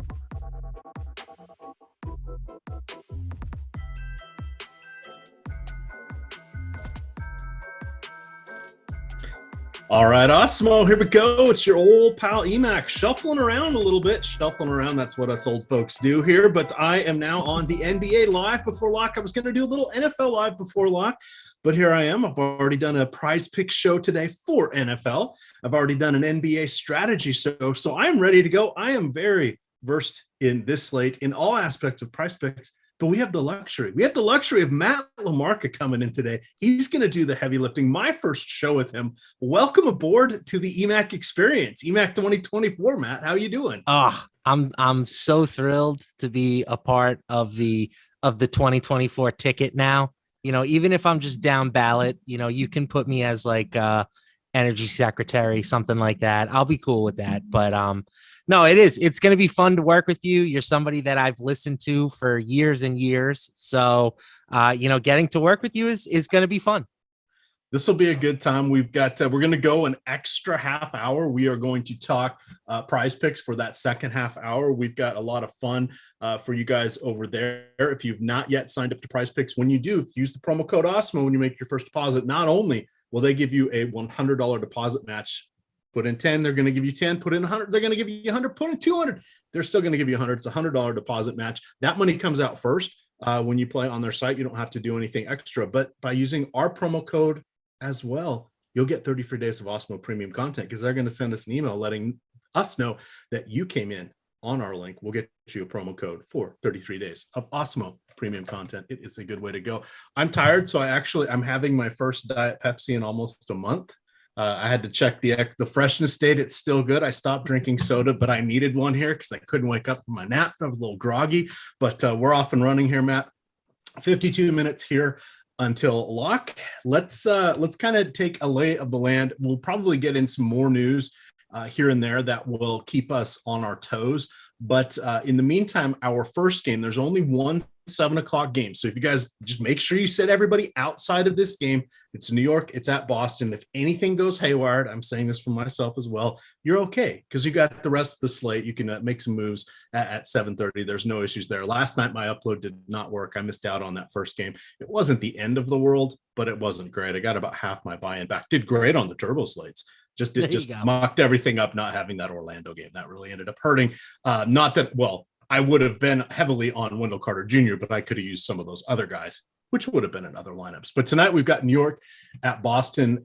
Let's sort of hit on that one because Boston is on a back-to-back. They played last night, ended up losing to Golden State. Going from memory here, I should have called up my other run sheet, but I want to say that Tatum played like 37 minutes or something like that. It was either 37 or 42. I can't remember off the top of my head, but he played a fair amount. Nobody else was really overburdened. I'm curious to see how much Jaylen Brown ends up playing. I believe he played around 33. And then those were the two guys I was worried the most about, just in what would their effectiveness be? Not that I'm really worried about them going against the Knickerbockers, who will be without a variety of everybody. Obi Toppin, Emmanuel Quickley, RJ Barrett, Kevin Knox, they're all out. We're waiting to hear what's going on with Derrick Rose. They're saying Kemba Walker is available. He hasn't played in 12 games. So just throwing that out there, even if he's available, he could be available like Thanasis Antetokounmpo was last night, where he was just dressed because they needed another body. Over on the Boston side, no Dennis Schroeder, no Al Horford, Juancho Hernan-Gomez is out, Broderick Thomas out, Grant Williams out, Romeo Langford out, Aaron Naismith is starting. And I did not realize Justin Jackson is with the team. What's Yeah. he doing with the team? What do you want to do here? Oh, and Jabari Parker has COVID for like the 19th time. I think that poor guy. Well, keep cashing them checks, Jabari, but that poor guy. Yeah, this game, we've got just a bit of news on today's slate, right? Just a couple of things to keep in mind. Certainly this game has plenty to dive into. The Knicks, as you mentioned, their whole backcourt basically is out right now. Alec Burks, we know he's going to play. Derrick Rose is questionable, but if Rose gets out, then Kemba can find himself in the rotation again. The Knicks don't stand out as like an obvious team to sort of target today outside of Randall and a little bit of Alec Burks. I think, those are two players that we have a positive leverage score with in the boom bust tool on FanDuel. Given all the guard injuries, Randall is somebody that we've seen operate as like a point guard at times for this team. So he could pick up some extra distributing opportunities. I think he's an interesting play. The 10-1 price tag on DraftKings, it's a bit prohibitive, but price tags don't matter today, right? Like there's so much value that the goal should just be to try and get the highest scoring players into the slate, into your lineups. And I think Randall is one of them. So Randall for sure is somebody I will be overweight on. We have him projected for 24% ownership on DraftKings. I would have him as sort of like my number 2 stud today, behind, of course, Jason Tatum, who we have projected 46.5% ownership on DraftKings, but 51% optimal lineup rate. And again, I don't think that says as much about Tatum as it does about the slate. There's just so many value plays to consider that, the raw points that Tatum is going to provide will almost certainly put him, in contention to be in the optimal lineup. Yeah, and that's kind of the interesting thing here. We all of a sudden real quick ended up with a 6-game slate, but enough teams are out that it makes it a big player pool, but it's knocked out enough of the stars that it's a smaller at the top player pool. So all of a sudden we're back to the raw points discussion, which is usually something we discuss on a 3, maybe a 4-game slate, usually a 3-game slate. Yet here we are. It's an actual viable conversation.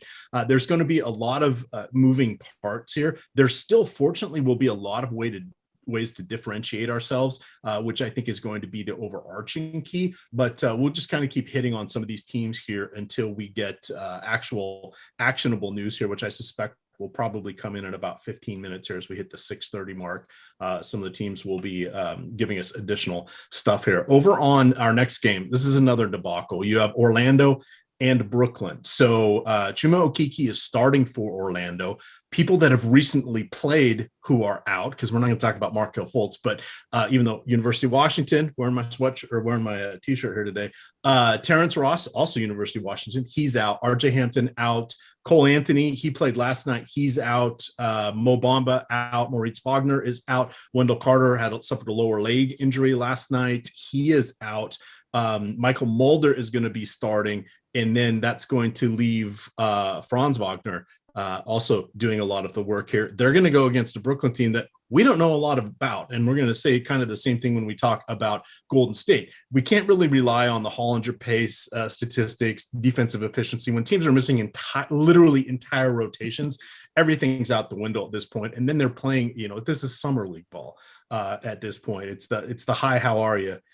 Before tip-off, except they're not saying hi to the opponents, they're saying hi to their teammates here in some cases. So on the Brooklyn side, no Kevin Durant, no Paul Millsap, Bembry, Aldridge, Harden, Nick Claxton, they're all in the health and safety protocol, as is James Johnson, Javon Carter, Bruce Brown. Kyrie Irving wasn't with the team, but he's in the health and safety protocol now because, solidarity. Patty Mills was going to get a night off. He looks like he will probably start now. David Duke probably will stay in the starting lineup. They've signed a few people: Shaq Harrison, Wenyen Gabriel, and James Ennis. I haven't officially seen. I think a couple of them might be ready tonight, but is that ready and dressed or ready and they're going to play 20 minutes? I don't know. It's just going to muck up the other people that are still there that I guess air quote regulars. It's like the understudies tonight in this game. There's minutes. You said it, minutes, value, money. But who gets the minutes though?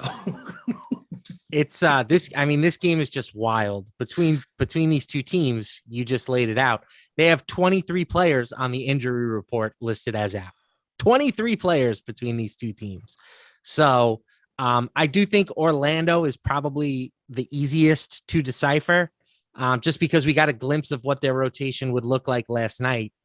Franz Wagner, Chuma Okiki, and Robin Lopez are all grading out among the best plays on the slate. Hard to get away from Wagner. Not only is he grading out as like one of the best per dollar plays, he also has just one of the top point projections in our projections. I was looking it up for my Big Board article today. He's a 92nd percentile in terms of just points. So hard to get away from him. Again, he's showing up with a positive leverage score despite pretty heavy ownership on both DraftKings and FanDuel. So I think he's good chalk. I would be a little bit less bullish on Okiki. I do think that, last night's game was huge for him, but he had 6 steals. He shot the ball, 7 of 12 from the field, I believe. So I do think he's due for some regression. Now, again, he's 3,800. You can have some regression from a 50 plus fantasy point game and still be pretty darn good at 3,800. So I'm not saying that I'm like going to completely fade him, but with the amount of value plays, I think, getting lower ownership on some of the chalk values and maybe higher ownership on some of the, value plays that are flying a bit more under the radar. I think that's a legit strategy today. All right. We're going to just continue along hitting a few things. I know some people are tuning in, so we're not going as deep as the deep dive did go in there, but we're just going to hit some stuff till we get some definitive news here coming out. We do have some news. Precious Achiuwa is available to play tonight. Let me go down to my notes here from Strategy Show. Where is this? So we've got the Golden State team, 7.5 point underdogs here in Toronto. I believe most of their star players did not make the trip from Boston up to Toronto. I didn't actually see that. I heard him say something about that on the first show. I was still just waking up from my nap, so I didn't get that confirmation, but I know they're not playing. So Jordan Poole is in the health and safety protocol. Otto Porter, Draymond Green, Wiggins, Curry, they're all out for various reasons. So is Iguodala. We know that as we just got the news that Precious Achiuwa is back. He has been in the health and safety protocol. He has not played in 4 games. We're still, I believe, awaiting news on OG Anunoby. He's been out for 13 games with the hip injury. So even if he comes back, we're 24 minutes. Not sorry to interrupt, but the news that I saw had Achiuwa as out and Anunoby as in. But on a minutes limit. Back to it. Just changed. 6:15. Okay. Precious Achiuwa is now available. That was from the old. Here we go. And you are correct, because at 5:49, Anunoby was going to play and start. He will be limited to short bursts. And at that point, Achiuwa with shoulder, in addition to health and safety, was out. Birch is still out. Okay, thank you. Getting that from, thank you for News God putting that stuff into the Awesemo Premium News Chat. Yes, it's time for my pudding. Maybe we'll watch a little Jeopardy and go to bed. I'll be up at 4:30 because that's what us old folks do. Perhaps I'll have a nice little prune juice chaser with my Metamucil tonight. It'll be an adventure. Well, it'll be an adventure when that hits the next morning. There you go. TMI. That's what you're getting right now. Forget TMZ. We're getting TMI. I'm catching up.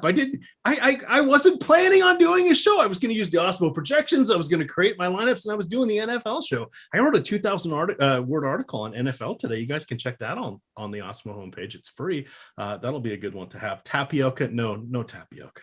No tapioca. Never a fan of that. So the old short bursts thing, what we see that a fair amount, where a lot of times they warm up, they start at both the first half and the second half, and then usually get 4 to 6 minute shots here. I still don't see more than 24 minutes for OG Anunoby, and with the lack of what's going on in with the Dubs, I am not worried about that really impacting Pascal Siakam. I'm a huge fan of Fred VanVleet tonight. I think all those guys are going to be perfectly fine, even with Anunoby and with Achiuwa back in there. There's still just plenty of usage and such to go around. How are you? What is your read on the Toronto side here? Yeah, I would still feel pretty comfortable with those guys. I do think that, again, they're a little overpriced for a normal slate. You see Fred VanVleet, 9K. We have a 70% boom score, less than 70% bust score, less than 5% boom score. And you say, like, I don't know. But again, just from a raw points perspective, he's one of the few guys who can go out tonight and give us 50. So he's showing up in the optimal at around 13%, even with some of those, scary underlying metrics. So I think for sure VanVleet remains on the radar. Siakam remains on the radar, and Anunoby I don't think plays enough that we really have to consider him. All right, and then not to give him the short shrift, but anything from the Dubs? Can we? I mean, I guess Bjelica will be one of the guys we're going to be looking to. Damian Lee. Is there any other NBA caliber talent on there? Juan Toscano Anderson. I'm just asking questions. It's a really interesting situation in Golden State because, again, their whole team is sitting. So we have Gary Payton II projected for the most ownership out of this group, but he is showing up with a pretty significantly negative leverage score. I'm with you on Bjelica. Right now, projected sub 10% ownership. I love this dude at that ownership level. Over a fantasy point per minute type of guy. I think he's around 1.1 DraftKings points per minute this season. And there's no reason he can't get to, 25, maybe even 30 minutes on today's slate. So I think Toscano Anderson is probably the safer option if you're going with a value forward for the Warriors. But I think Bjelica has significantly more ceiling. So I like him quite a bit at his ownership rate. I also think I might go back to Moses Moody. He's checking in very slim percentages for ownership and optimal, but he started their last game. He's min priced. He only played 10 minutes, but again, that game had Steph Curry. That game had Draymond Green. That game had, all sorts of different players who are not playing today. So he posted a usage rate of nearly 30% when he was on the floor, did Mr. Moody. I think if we get a couple of, a few extra minutes today, he could maybe surprise us. So he's somebody that I'm considering as like a dart throw. So who else is not in this game now?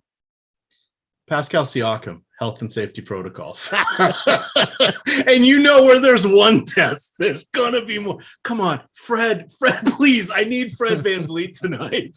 I need him. Gosh, this is just all over the place here. We couldn't even make it to game 3 before everything just ripped to shreds.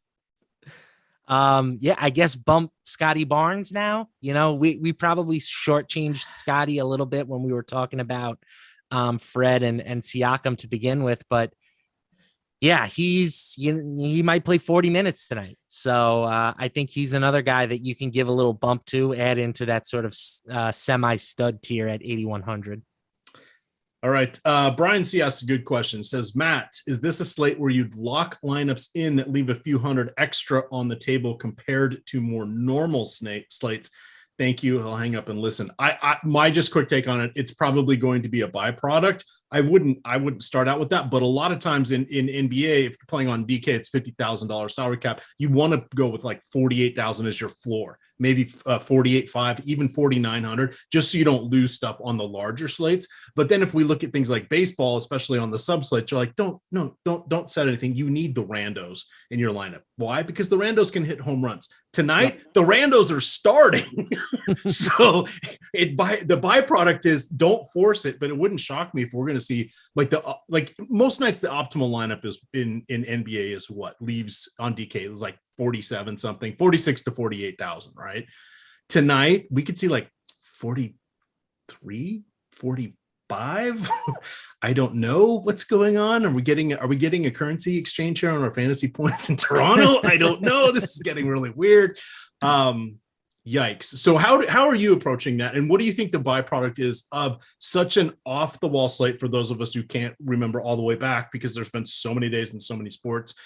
since then. But remember back to normal insanity NBA of the sits, the last 2 weeks of the regular season, the tanking in earnest, the playoff people's just wide swath hockey changing their entire lineups out. How are you going to handle that? Or what are the pitfalls? What are the positives of a situation? So I do think in NBA, for the most part, you want to be spending most of your salary cap. I'm not saying you have to use every dollar, but the better players are priced more expensive. They score more points. They're more reliable. So by leaving, $500 on the table, it does reduce your upside a smidge, in my opinion. But on a night like tonight, if you spend up if you spend 50,000 tonight, there's a good chance you're going to end up on a duped lineup. Unless you really are cognizant of ownership percentages. So I would say that I'm willing to leave more money on the table than usual. Kind of like Emac said, I'm not going to force it in. I'm not going to hard cap a max of 49,000 or something like that. But I will certainly let the lineup builder go a little bit lower than I normally would. Yeah, and to clarify in here, I know that E-Rush is saying, no $43,000 lineup isn't going to win. No. There's a difference between winning and optimal. It's like It's like the contest where win $1 billion, pick the perfect lineup for NFL slate week 12 or whatever. You're never going to get it, right? So this is one of those where everything's wide open. As Matt was mentioning last night, we saw several scrubby players in the 40 flirt with 50 fantasy points. We're not going to know which ones of those are going to do it tonight. Someone could luck into, we could see a Mark Mulder. It is Mark Mulder, right? It's not Fox Mulder. I know that. We could see a random 5-steal game or something silly like that. He makes all 5 3-pointers that he takes, and you're looking at 30 fantasy points from a guy who has scores 30 fantasy points a week. That's the weirdness that can happen. Can we predict that? Heck no. Is that where we may shake out tonight? Yeah, we really could. We really could from that one. All right, let's quickly hit on some other stuff because we'll just wait for the next news to come on in. So now we got to our back half of our slate here. We've got the Clippers at OKC. No Ibaka, no Marcus Morris. They're both in the health and safety protocol. Paul George doubtful with his elbow injury. Let me get back to my notes. I can tell you how many games he's been out. He's been out for 4 games. Nick Batum may be playing today. Maybe he's not. He's been dealing with a couple different injuries, and I believe he was in the health and safety protocol. He has played a grand total of 1 game in the last 30 days. I think he ended up playing for about 15 or 20 minutes, and that was it. Both of these teams last played on Tuesday. They don't play again until Monday. Talk about an island game here. The Clippers, OKC, we've got some remember me action going a couple different directions here. Sadly, Paul George will just be waving from the sideline, but Shai Gilgeous-Alexander may have something to say about this. Are you? Yeah, I know you're not into that. We're just Ish Smith has a remember me game every night. What do you want to do here with the Clips and OKC? Because all of a sudden you've got actual rotations, actual players who are familiar with their teammates. I know, boring. And not a lot of defense either. Boring, right? I mean, God, we don't have a 3K player who's going to play 38 minutes tonight in this game. What are we going to do here? But, as much as we're joking, this game really stands out as being like a pretty clear fade in our boom bust tool. No one has an optimal rate above 19.7%. Only 3 players are above 8.3%. So I will have some exposure to SGA as a stud. I will have some exposure to Reggie Jackson, playing the, sort of the superstar role without Paul George. But other than that, I don't see a ton of value with this slate, right? Or with this game. You could look at a guy like Terrence Mann or Luke Kennard, but they've now been priced up a bit because they have played a few games without Paul George in the lineup. So those guys are 52, 5,300. But on other teams, the guys who are going to get the bump in minutes tonight are sub 4K. So there's just a little bit more ceiling with those other teams. So for me, this is a game where you target the studs and you kind of fade everybody else. All right, Paul George has been ruled out. Justice Winslow starting in place of Marcus Morris. I knew Marcus Morris was out first thing this morning. Why? Because I picked him up with my last waiver move in a season-long league. I stared at him and I go, if I pick him, how is he not going to play tonight? What soft tissue injury are we going to have? And I don't know. You know what soft tissue injury we're not going to have? Kemba Walker not getting bleacher butt. He's moving into the starting lineup. Kemba. He wasn't even supposed to be here today. What's going on here? Kemba, is he going to be fresh after not playing for the last dozen games? Is he going to be angry? Is this a remember me to his own coach?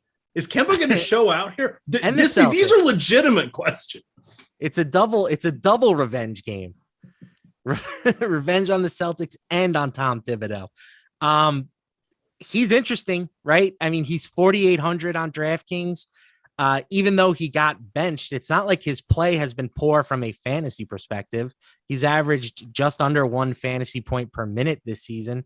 Knicks certainly have plenty of minutes available in the backcourt. So I do think Kemba becomes interesting. I worry a little bit about ownership because just based on Twitter, my perception is that everybody loves this guy. You know, everybody loves making fun of the fact that the Knicks are sitting him, and you know, they remember cardiac Kemba drilling big shots in college. And so I think his ownership could be a little bit higher than it should be.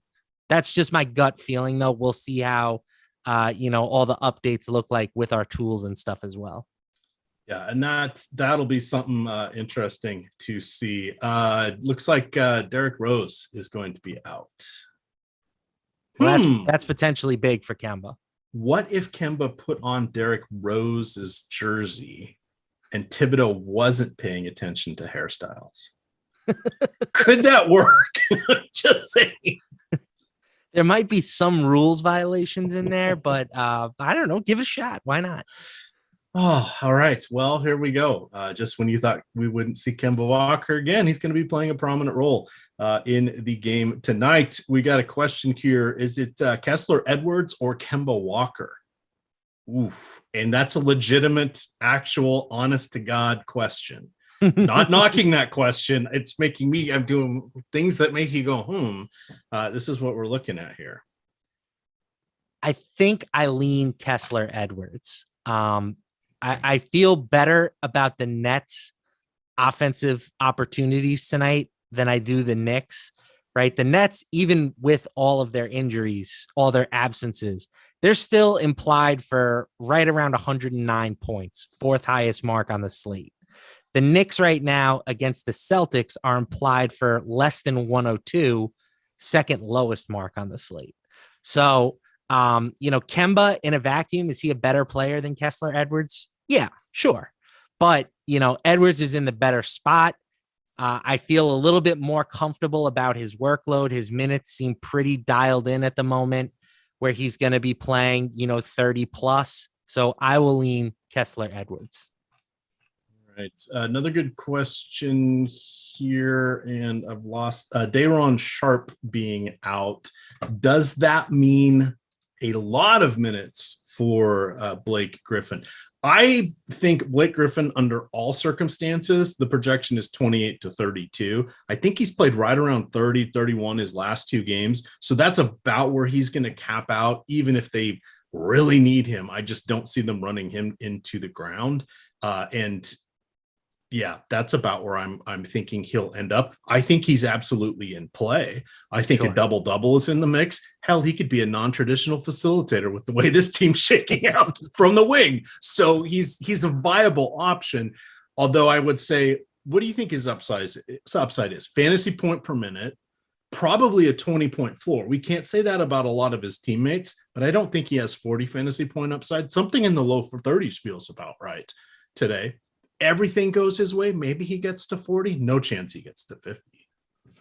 Yeah, I would say I think I could see him getting to 40. I struggle to see him getting any more than that. And Griffin, for what it's worth, in the boom bust tool is pretty negatively leveraged, right? We have him projected for around 30% ownership, 19% optimal lineup rate. So, the tools, and Alex seems to agree with that assessment that Griffin doesn't really have the upside to justify the ownership. All right. I see somebody asking about the people who are in or out. Don't use FanDuel. Don't use Yahoo. Don't use ESPN fantasy leagues. Don't use DraftKings. Don't use that to find out who's in or out. They don't update their stuff fast enough, especially on the weekends. And ESPN is an absolute unmitigated disaster when it comes to that.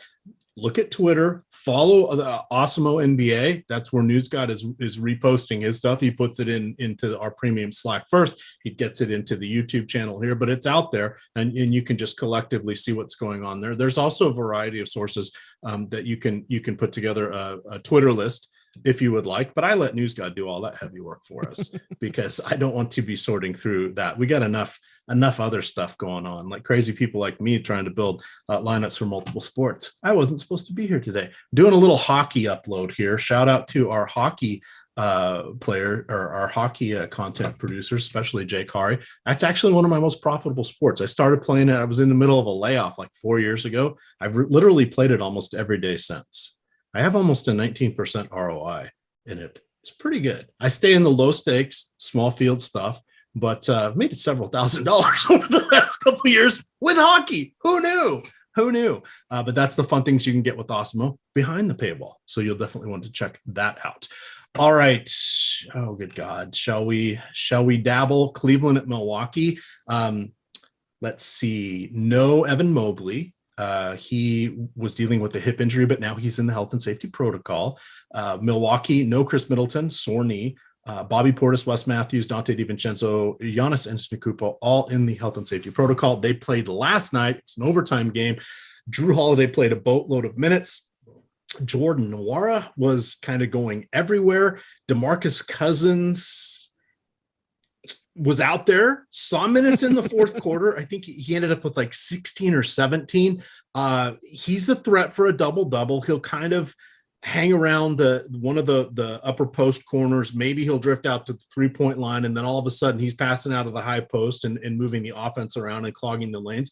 He is nowhere near as quick as he used to be, does not have that lateral movement, but at least in the offense, he can kind of camp out in the paint and, redirect balls, get a few rebounds. What do we think the upside is on him or Blake Griffin? There's your question. I know different price points, different positions, but I think that's a fair question. Yeah, I'll be honest, not particularly interested in either. Cousins, just the lack of minutes is crippling, right? He's 15, 16 minutes, even being as good of a per minute producer as Cousins can be at times. I think he's pretty much capped at, 25-ish. Maybe he can get into the low 30s, but you're looking for more than that on tonight's slate. We need as many points as possible, and I don't think Cousins is the guy to give it to us. So I'll lean Griffin, but again, I think we can do better. All right, 22 minutes now. Drew Holiday has to be a key guy. So this is 3 and 4. He played a boatload of minutes. I want to say like 40 last night. I think it was 33 a couple nights ago. I think we still go to him. I think we don't worry about it. I think something in the upper 40s, low 50s is a reasonable outcome again tonight. It's just, this is what it is. When Giannis is not on the court, he goes from about 0.98 fantasy points per minute to almost 1.3. That's since the beginning of last season. We have a strong track record of this. Feels great. Price is ticking up. I still like him at 34 over on Yahoo in particular. How are you feeling about Drew Holiday? He's got to be top 3 or 4 tonight, correct? He's up there for you with Randall, I'm assuming. Maybe Fred VanVleet in that next tier. The not quite so elite tier. The thing for me with Holiday is just that ownership. The 62% ownership right now is kind of tough for me to swallow on the second leg of a back-to-back against a really good defensive team in the Cavaliers. Now, you take Mobley out, does that defense play nearly as well? Probably not. So you don't need to worry about that as much, but I do have some concerns about Holiday. I mean, again, he posted a 41% usage rate last night. He played 44 minutes. It's hard for me to say like, I'm not going to play Drew Holiday, right? Like it's the same situation that we just saw him absolutely dominate. But I do think that I will be underweight relative to the field, and I will focus more on some of the other studs that I think are potentially being overlooked, like a Julius Randle, like a Fred VanVleet. I'll even throw Darius Garland in there. I think Darius Garland at 8,300 is a worse play than Drew for sure. But like when you can consider the ownership difference, 62% versus 17.5, I'll be underweight on Holiday and overweight on Garland. How would you feel about Kevin Love coming in from chat there? Kevin Love, interesting play. We haven't seen the minutes from him, but he has clearly displayed the ability to pay off his salary with limited minutes, right? He's got games with 46, 42, while playing 20 minutes or less, essentially. So if you want to give him a few additional minutes here with Mobley out of the lineup, he becomes interesting, but he's also a little bit more expensive than we've seen from him in the past. So he's not somebody that I have in my player pool at the moment, but I get the thesis of the play. It makes some sense if you wanted to, bank on him getting to, let's say, 25 minutes today. All right, back to. Oh, that's interesting there. And I'm sorry if I was busy looking at a million other things here. Did you mention Jarrett Allen in this? I did matchup? not mention Jarrett Allen. How are you feeling about some Jarrett Allen rebounds today? Yeah, I can get behind that, right? 15 in play, 10 of floor, 15 in play. Kind of. Yeah, no big guys, right? No big guys for the Bucks tonight. Going up against Boogie, right? And we know Boogie can have issues with fouls and such. So yeah, I think Allen's interesting. He's somebody, again, I hadn't really given a ton of consideration to, but because 8,700 feels a bit pricey for him. But again, we're kind of throwing salaries out the window tonight. And he's one of the players that can get us 50 today. So yes to Jarrett Allen. Right. I see in chat someone's asking who is Time Lord. That's a great question. I see they've answered it. It's Robert Williams of the Boston Celtics. When he was a rookie, he overslept for a couple press conferences, I think including his debut press conference, and missed a practice or something. So the joke became something about not knowing time or in control of time, or time only moves for him. They call him the Time Lord. It's a stretch of a story to get there, but it's Celtics a funny Twitter is nickname. Weird. It's a funny nickname though. All right. Moving along here, we have 18 minutes. We've got thoughts on Washington and Utah. So they played last night. No Mike Conley. Donovan Mitchell was dealing with a little rumbly in his tumbly. He is going to be good to go. Spencer Dinwiddie is back. He's not playing back-to-backs this season. Somehow Utah lost last night at home to San Antonio. They're now 10-5 at home with the third best home court advantage in the league. They have less losses on the road somehow than they do at home. That's a rarity for them. Rudy Gobert, no one to contain him. You have Hassan Whiteside, I think, is in play as a late slate differentiation option. He does have some nice upside there. Gobert played 34 minutes last night. None of the other starters really were above that. Most of them were in the low 30, 31, which was a little surprising that they didn't play more considering they ended up losing. Although that was the last second shot. I believe it was Lonnie Walker that put that one away for him. What do you want to do here with Utah? Do you back off the Mitchells, the Gobert types, because Utah is almost 12-point home favorites? No, I'm not so much worried about the point spread. I do think that Rudy Gobert is a strong play tonight. I like his upside quite a bit. The thing for me that I'm sort of considering at the moment is what to do with Donovan Mitchell. He was somebody that I had very little exposure to, if I'm being honest. I just liked some of the other guys in that price range a bit more. Mitchell is kind of a one-dimensional player, right? He scores the ball, doesn't do a whole lot else. But now we take Mike Conley out of the picture. His average goes up to 1.37 DraftKings points per minute. I think now I have to kind of up my exposure to him again as we head into these, last 15 minutes before the slate locks.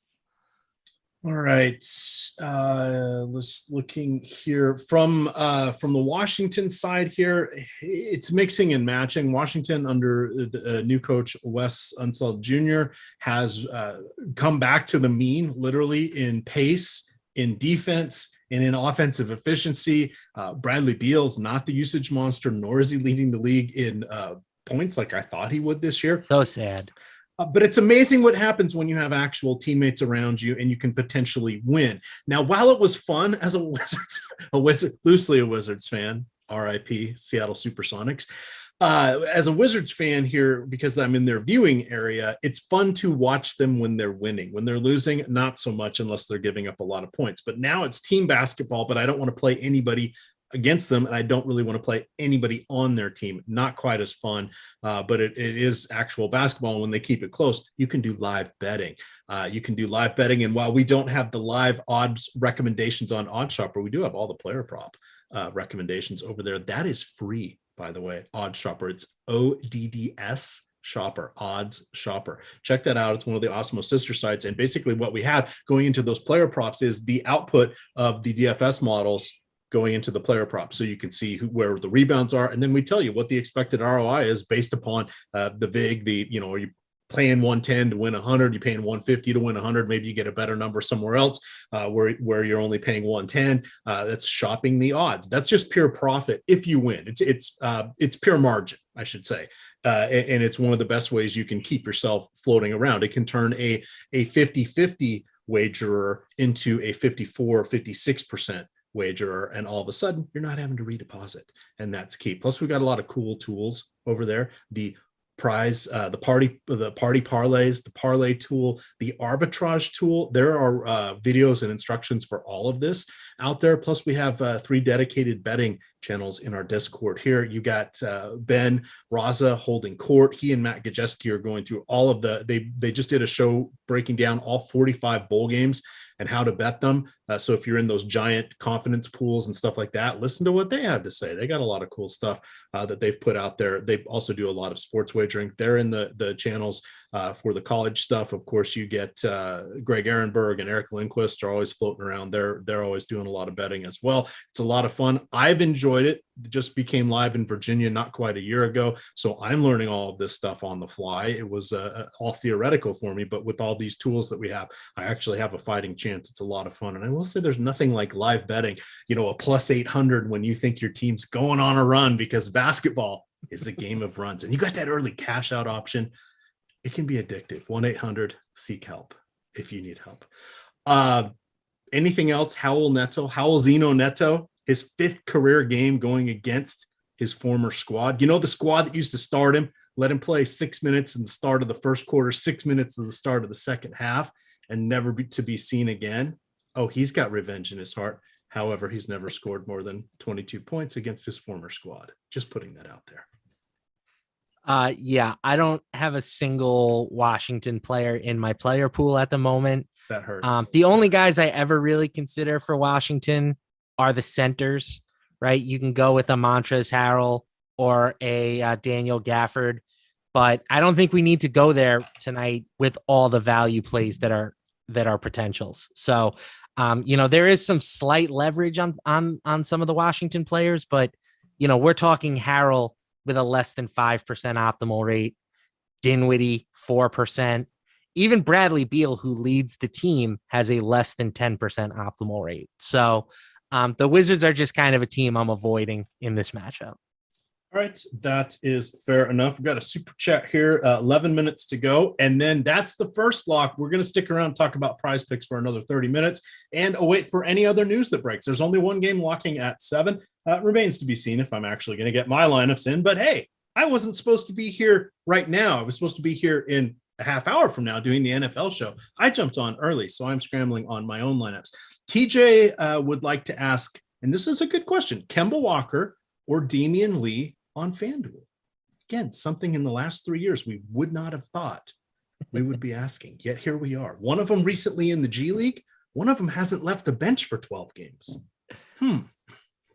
I still think that on this one, I will side with Kemba. Damian Lee is like a fine player. He might You're have, gonna say he's like a fine wine. he's fine. He might get minutes tonight, but I don't see him doing like any sort of significant damage. So I'll roll with the slightly more uncertain player. I'll go with the upside of Kemba. All right. Justin Wilson says, did you know that you can still do lineups without losing your entry if you don't get them in by lock now on DraftKings? That is correct. A lot of times you can reserve your lineups, or if you accidentally click on that Fred Van Elite fan club contest, it'll save your lineup for you. It used to be if that went live, you couldn't change your lineups. You could on Yahoo, but you couldn't on DraftKings. DraftKings has now changed that. Normally, I just reserve my lineups with players from the later games, but sometimes that doesn't happen, or I forget about them on the sub slates. So that is also good to know. But thank you for pointing that one out. Here's a 2v2 from Terrence Powell. Okiki and Tatum, no site given, or Brown and Blake. I'm assuming that's Jaylen Brown. Yeah, and for Blake me, Griffin. that's an easy. Got to be the first one, right? Easy number one. Yeah. I do. Again, I worry a little bit about the Okiki ownership, but Tatum is just such a better play than Jaylen Brown tonight, who is still working his way back. Like he played 32 minutes, I think, in their last game, but Tatum played 42. So I think that it's just, there's not enough price difference to justify going down from Tatum to Jaylen. Getting a lot of Chris Chiozza, and by a lot I mean 10%. I'm also getting 10% of Gary Payton. This is an unencumbered run. I had somebody ask why Gary Payton. I don't think we've seen that starting lineup. Why isn't, or maybe we have, why isn't Gary Payton the second starting? Doesn't surprise me that he would be coming off the bench. He doesn't really do a lot of ball handling. Isn't really a scorer. He's kind of the consummate garbage man. What he's really, really good at, defense. Also steals. His per 36 steals numbers are pretty damn good. He's perfectly fine, running around with the second unit or as coming in for a defensive look as the starters are rotating through and getting their some of their rest. So I think they'll probably keep that intact. And a lot of times Steve Kerr, with certain players, he just keeps it intact no matter who's there or who's not. Well, nobody's there tonight, but so it seems a little odd, but why not keep that intact with a little energy off the bench there? So that does make sense and points you, I guess, towards Chiozza a little bit, because somebody's got to handle the ball, right? Unless you believe in point belly. Maybe it's a point belly night. Let's see. How many Belizia came up? I got no Belizia in this. This is how wild it is on DK tonight. We have him at 7.9 per 1,000 for his points. We have him for 24 fantasy points at 3,400. I didn't get him when I ran 50 lineups. So yeah, I didn't cap things at the top, so it's just taking all the better players. Right. Let's see who. For the person asking about dollar values, 47.9 is I ran 100 lineups, and 47.9 is the lowest I have for salaries. Lopez. Oh, this is good. You got me, Tupelo Joe. You got me. Lopez or IP Freely. Ask me after a couple of beers. After a couple of beers. I'd rather IP Freely than I don't. Oh, good times there. Good times. Burks or Jackson? Are we assuming it's Josh? No, Jackson. Reggie. Oh, Reggie. I would play Reggie.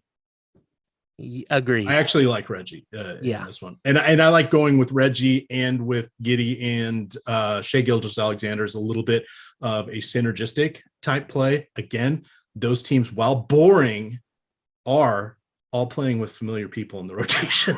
I think there has to be something said for that. 6 minutes left. Are your lineups in? I'm in. You're in. All right. Do you want to answer a couple questions here while I attend to a few of my lineups? Or do you have or I can throw them out to you if you'd like. Yeah, let me just pull up the old YouTube. Jordan Clarkson or Payton while you're working on that. Jordan Clarkson or Payton. I will take GP. All right. Who is the top spend up play on DK?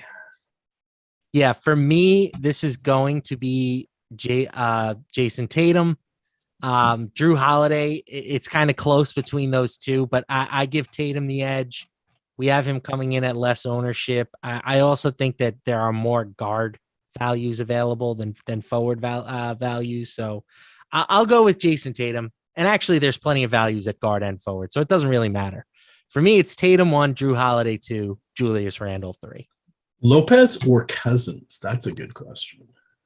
I think it's Lopez. Yeah, I think it's Lopez pretty easy. I think Lopez is a great play tonight. All right. Let's see where else they come. Lopez or Griffin? In that case, I think it's Griffin. I'm still going Robin Lopez. We have him projected as the best value on the slate. He's 3,300 on DraftKings, 10.19 points per dollar. I really like him as a value tonight. I think that, again, Orlando has nobody. They have literally no centers. He should play around 30 minutes. And, given the price difference between him and Blake, I will take Robin Lopez. All right. Fred VanVleet as your anchor.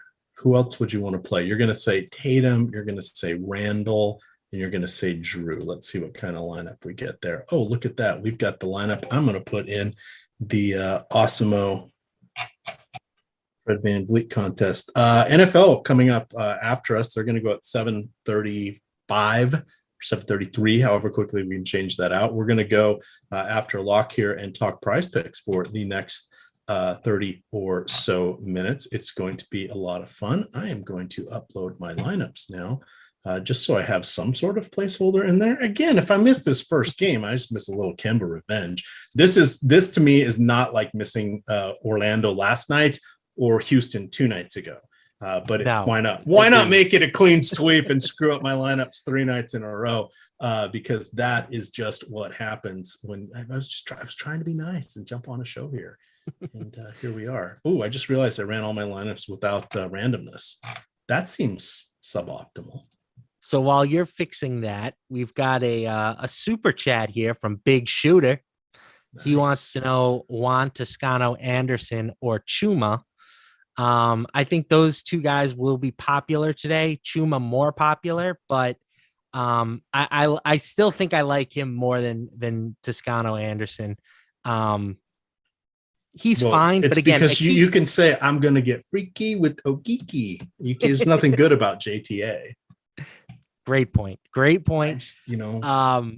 yeah, Okiki, like Orlando needs him to score. They have him and they have Franz Wagner, and that's it. Golden State doesn't need Juan Toscano Anderson to score. No, that is the one. That is a good point. All right, let's get the Fred VanVleet lineup in there. Oh, let's put some randomness on here. I got 2 minutes. I can run. I got my Awesemo settings here. This is the beauty of Awesemo. You get your stuff all set up. I'm going to run some lineups, see how many come out here.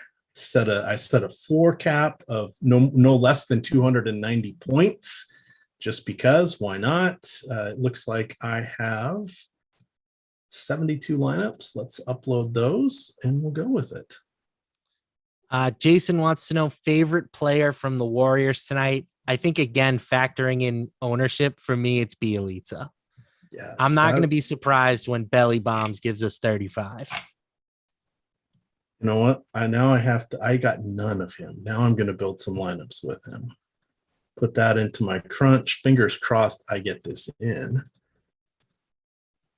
What do you think the odds are?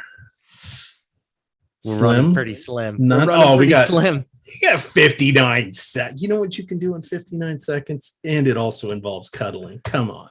We got this. Kessler or Blake, last spot on DraftKings.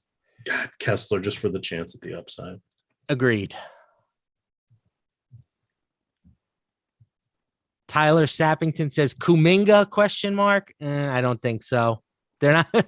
They need even a couple more absences, I think, for Kuminga to become relevant. Well, I've got 9% Kuminga for anyone who was wondering. All right. So it exists. Somehow I have 1% James Ennis, 1% Boogie. Yeah, this isn't the best spread of all time, but it is what it is. Well, whatever. It's only money. That's the thing you got to remember. It's only money.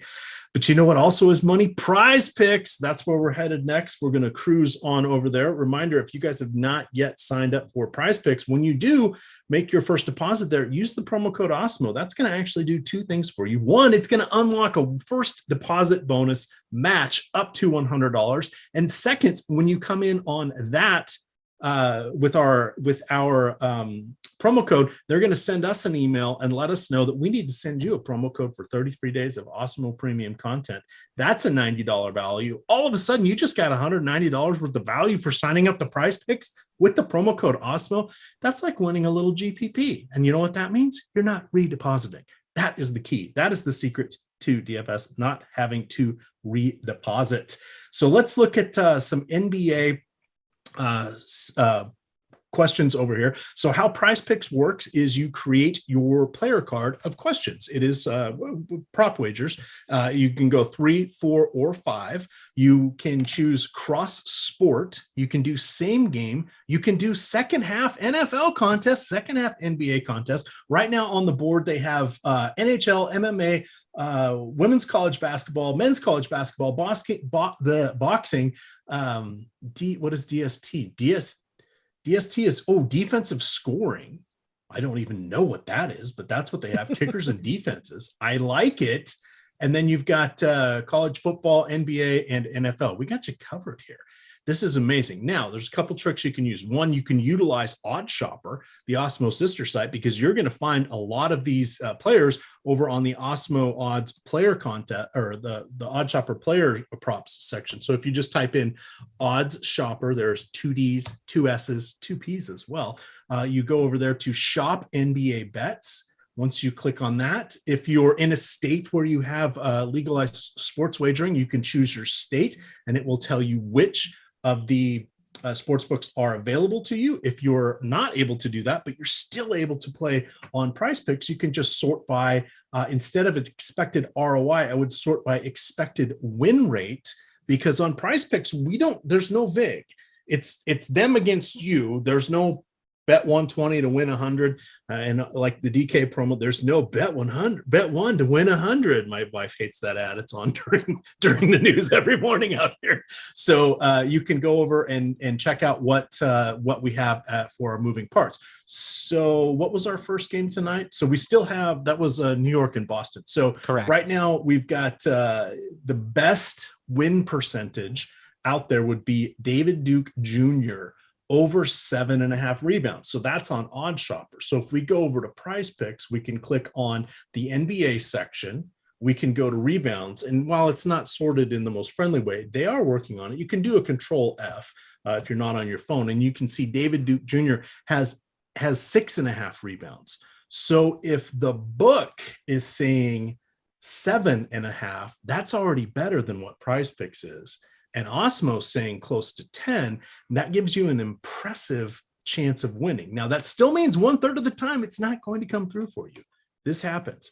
But what we do is we build out our player card here. So if you let's say we choose that one, we'll click it in. Let's pick another one here. How about, do you have anybody what player do you feel strongly about tonight? I really like the Franz Wagner over on 19.5 points. Okay, so if helpful producer clicks on that, you will see we click on both of them. Off to the right, you'll get your player card there, and then that will allow you to choose over or under on that, and that's how we build out our card. So once you get 2 in there, it gives you those choices. So you can go with 2, 3, 4, or 5 for your questions. If you just take 2, you got to get both right. You double up.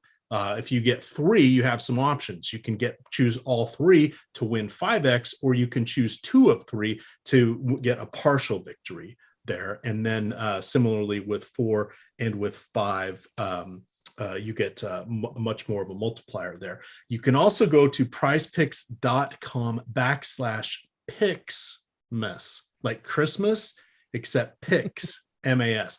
They are doing a different promo each day of the week. So let's quickly go look at what they have out there for today. and it was okay. So this is called the snowball fight. This is the most off the wall one they've had yet. Normally they're a little more traditional, but they're thinking outside the box. So how about some Christmas punch?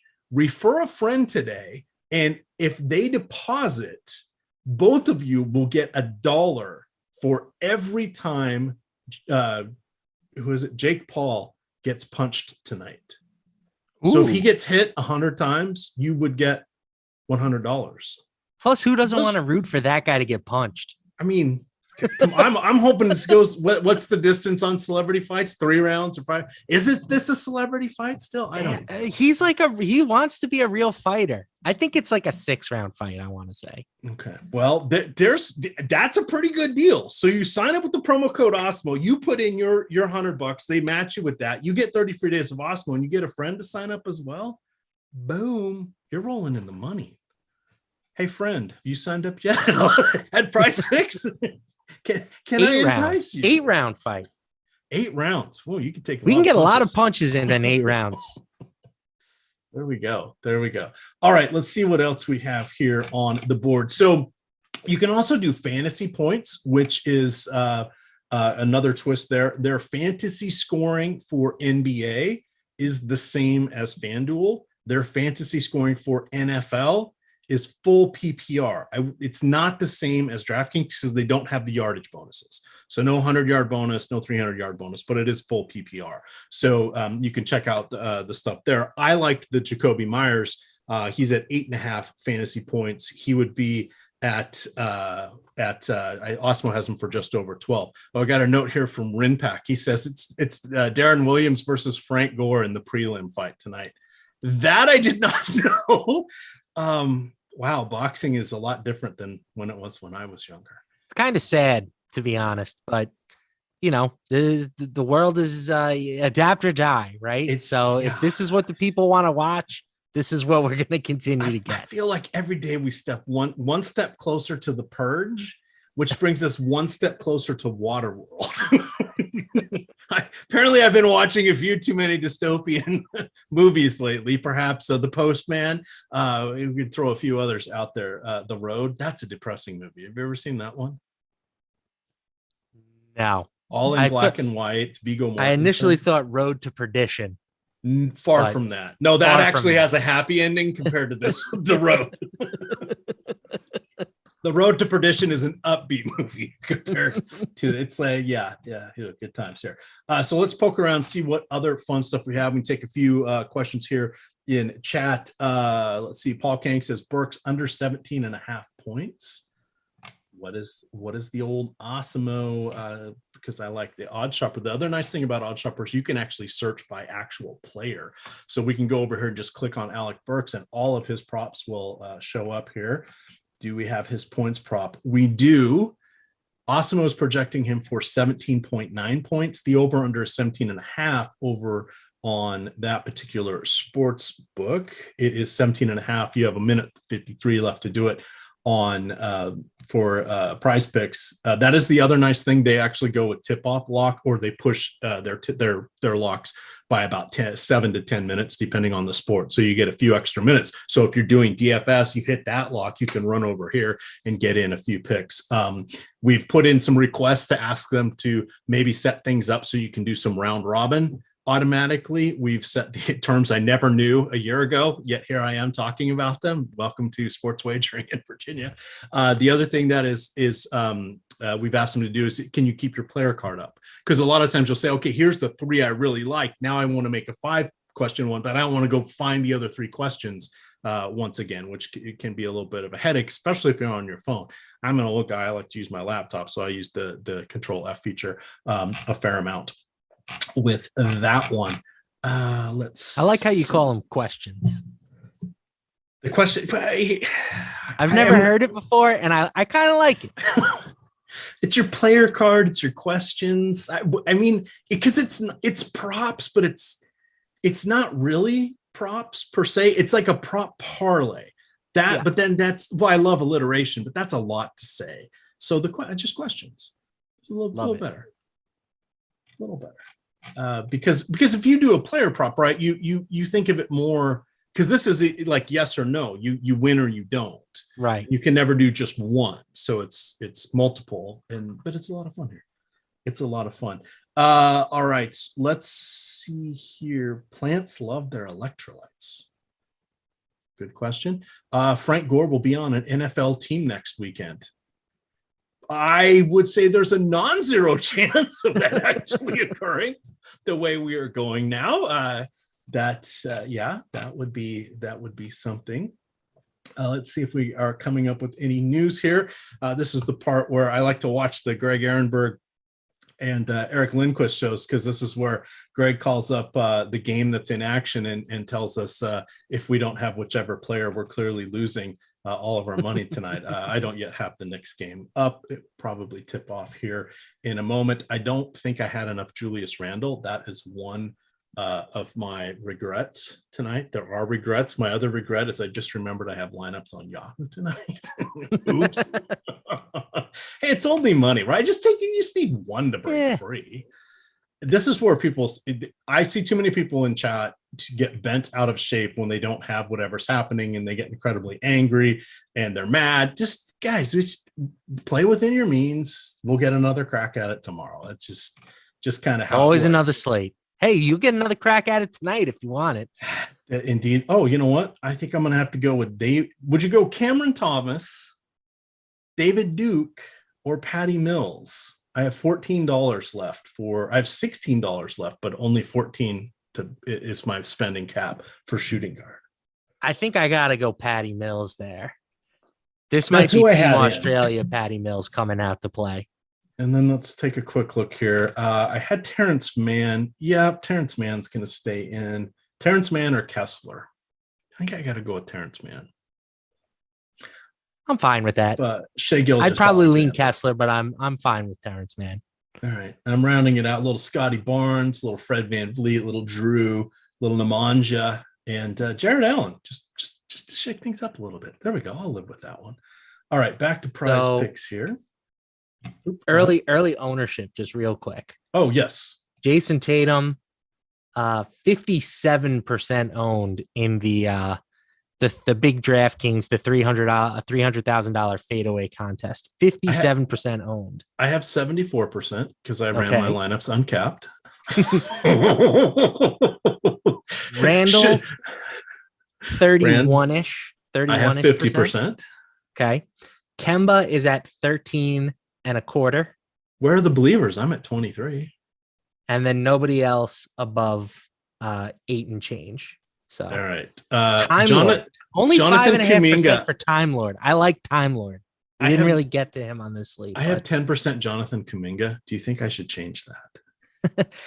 Chat says he's starting. So maybe I am sleeping on Kuminga a little bit, but I just haven't seen enough from him to really I think there are other Warriors that I'm more interested in. I have 74% Robin Lopez. Love it. I have 70% Chuma Okiki. Love it. 70% Franz Wagner. Can you tell where my cap was set? Sounds like about 70%. That would be 70%. 68.3% Drew Holiday. Apparently, I don't like him tonight. 62% Cam Thomas. Yeah, so there we go. I'm riding or dying with these point per dollar plays. It'll be a good time. It'll be a good time. 1,000 you still watching. I haven't asked for likes. Please do hit the like button. We do appreciate that. We are going to start tomorrow at 8:30 a.m. 4.5 hours of NFL DFS content leading up to a wild one. Coming on in 20 minutes, we're going to have NFL Live Before Lock. There is, hopefully, knock on wood, still an NFL game tonight. There will be several tomorrow. There will be a couple on Monday. And guess what? There's a couple on Tuesday. The Tuesday ones are both starting at 7 o'clock. They will be airing on Fox. You check your local listings to see which game you get. I suspect one might be on Fox Sports 1, but I don't know how all those rules work with games postponed during a pandemic. Tomorrow night or Monday night, you'll get NFL's going to run the NFL channel will run the earlier game. That's I think 5 or 6 o'clock, depending on your time zone. And the normal NFL time on ABC will be Monday night. I got to tell you, love the Monday night doubleheader. Could do without Tuesday night football. Yes. It's a little too much for me. It's a little too much football. Just a tad. Oh, hit that. We're almost at 500 likes. Half you need to just hit it. A tenth of you need to hit it. We're going to cruise right over that. We'll show Josh Engelman what the weekend crew can do. I wasn't even supposed to be here. I was supposed to be on the next show, but there we are. It's a good getting to work with Matt. I've appreciated seeing his content written and, of course, on the shows. The multi-sport threat as well. Where are you? Are you residing somewhere in the tri-state area? If I can't remember if it's New York or New Jersey. Yes, New York, Long Island in particular. Have you heard that it's the concrete jungle where dreams are made of? There's nothing you can't do. Let's see here. Looking to see if there's. How about Shetty? How about no? I rarely play Shetty Osman. He comes back and kills me about once a month, and the rest of the time I'm perfectly fine with it. That is sort of my approach with him. I will say last year when I was doing a different type of boom bust article, I wrote him up as a bust 2 times in a row. Those were the two games he had over 40 fantasy points. Oops. So Shetty and I have a long and sordid history, but that's sort of where we are. All right, let me hit refresh here so we can get up and see if any of the picks changed. If you guys are looking at some of the NFL picks over here for Prize Picks, they do have Mac Jones and Carson Wentz, 220 and 215 for their yards. That's kind of around where Awesemo has them. However, if we click on over to fantasy points, I think there's a little wiggle room there. They have them at 14 and 14.5 respectively. Awesemo has both of them over 16. So I think if you're going to go with any wagering for the NFL Monday night or Saturday night football, I would go there. I think you would put Jacoby Myers in any of your contests that you're doing tonight, just even with the NBA. He is at 8.5 fantasy points. We have him for just over 12. Again, it's full PPR. I think that is worthwhile, but you can do cross sport parlays here. You can do same game parlays. The only rule there is you can't use the same player on the same card twice. You can only use one of their questions. So if you really liked Franz Wagner for over 19.5 points, and you really liked him for, I'm making this up, I'm not looking, but 6.5 rebounds, you could only choose one of those. You could not choose both of them. You could create another card and bring in the same picks and just choose him, swap him out differently. That's what I do a fair amount of time. But a lot of times when you're looking, and this is important to know, a lot of times when you're looking at some of the players, when they're off, they're going to be off for all of their props because someone got hurt. They got elevated into a new responsibility. They're in a pace matchup, et cetera. So that is something you want to pay attention to. The other thing you want to remember is these are not stagnant numbers. Prize Picks will change them. A lot of times between Thursday and Sunday, the NFL picks that are, or the NFL questions that are off, they tighten up dramatically. College football, we see that a lot with. So that is important to remember as well, because you can't just diddy bop in at the last second and get a bad line. They have decent lines, but the reason they're shading one way or the other is because they don't have the vig. So that's how what their vig is. It's the money. It doesn't come out of the money, but it comes out of the probability of success on that one. Nwora or Griffin? I would go Nwora with that one. Yeah, that's interesting. Dwar never plays as much as I want him to or think he's going to, but they really don't have a choice tonight. So yeah, give me some Nwora. He did play a lot yesterday too. So let me see here. Let's refresh this, do a little peek at Odds Chopper, see if anything is popping up under some of these other ones. We're going to go to player props. Let's look at rebounds. I wanted to see Jarrett Allen because, they have points, rebounds, and assists, RPA. That's always a fun one, or PRA. But let's go to straight rebounds. And Jonathan Kuminga, 6.5 is the Awesemo projection. We have him at 4.5. Interesting. But let's look at Jarrett Allen. Just filter on him. So Jarrett Allen under. So this is points bet is 12.5 under. FanDuel is 11.5. The over, because we have him right kind of in the middle there. But if we go look at Prize Picks, let's see where they landed and how tight their comparison is here to those. So they have him at 12. So they're actually splitting the difference there.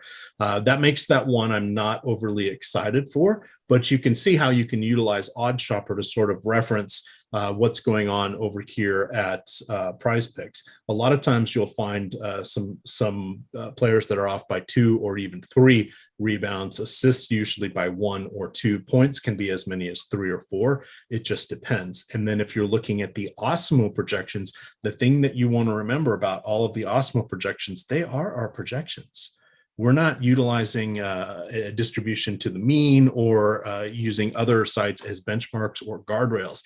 What's coming out here is the actual Awesemo projection. So that's where a lot of times you'll see ours look a little bit higher or a little bit lower than what industry consensus is. Why? Because we're not going off industry consensus. We're looking at all of our own inputs, and then what the output is, that's what it is. And that's what Alex and Steve and Sean's on, and all the other guys that are working hard behind the scenes on this 1-800-EDDIE that are taking care of this. That's their whole plan. That's how they have found their edge. They're passing that along to us. So yes, sometimes we are taking stands. Guess what? That's what you want to do in daily fantasy sports these days, especially with so many good projection sources out there. You've got to take a stand and know what you're getting into. And over time, ours have been paying off nicely, because a median projection of everybody's median projection, that's not very helpful, Matt.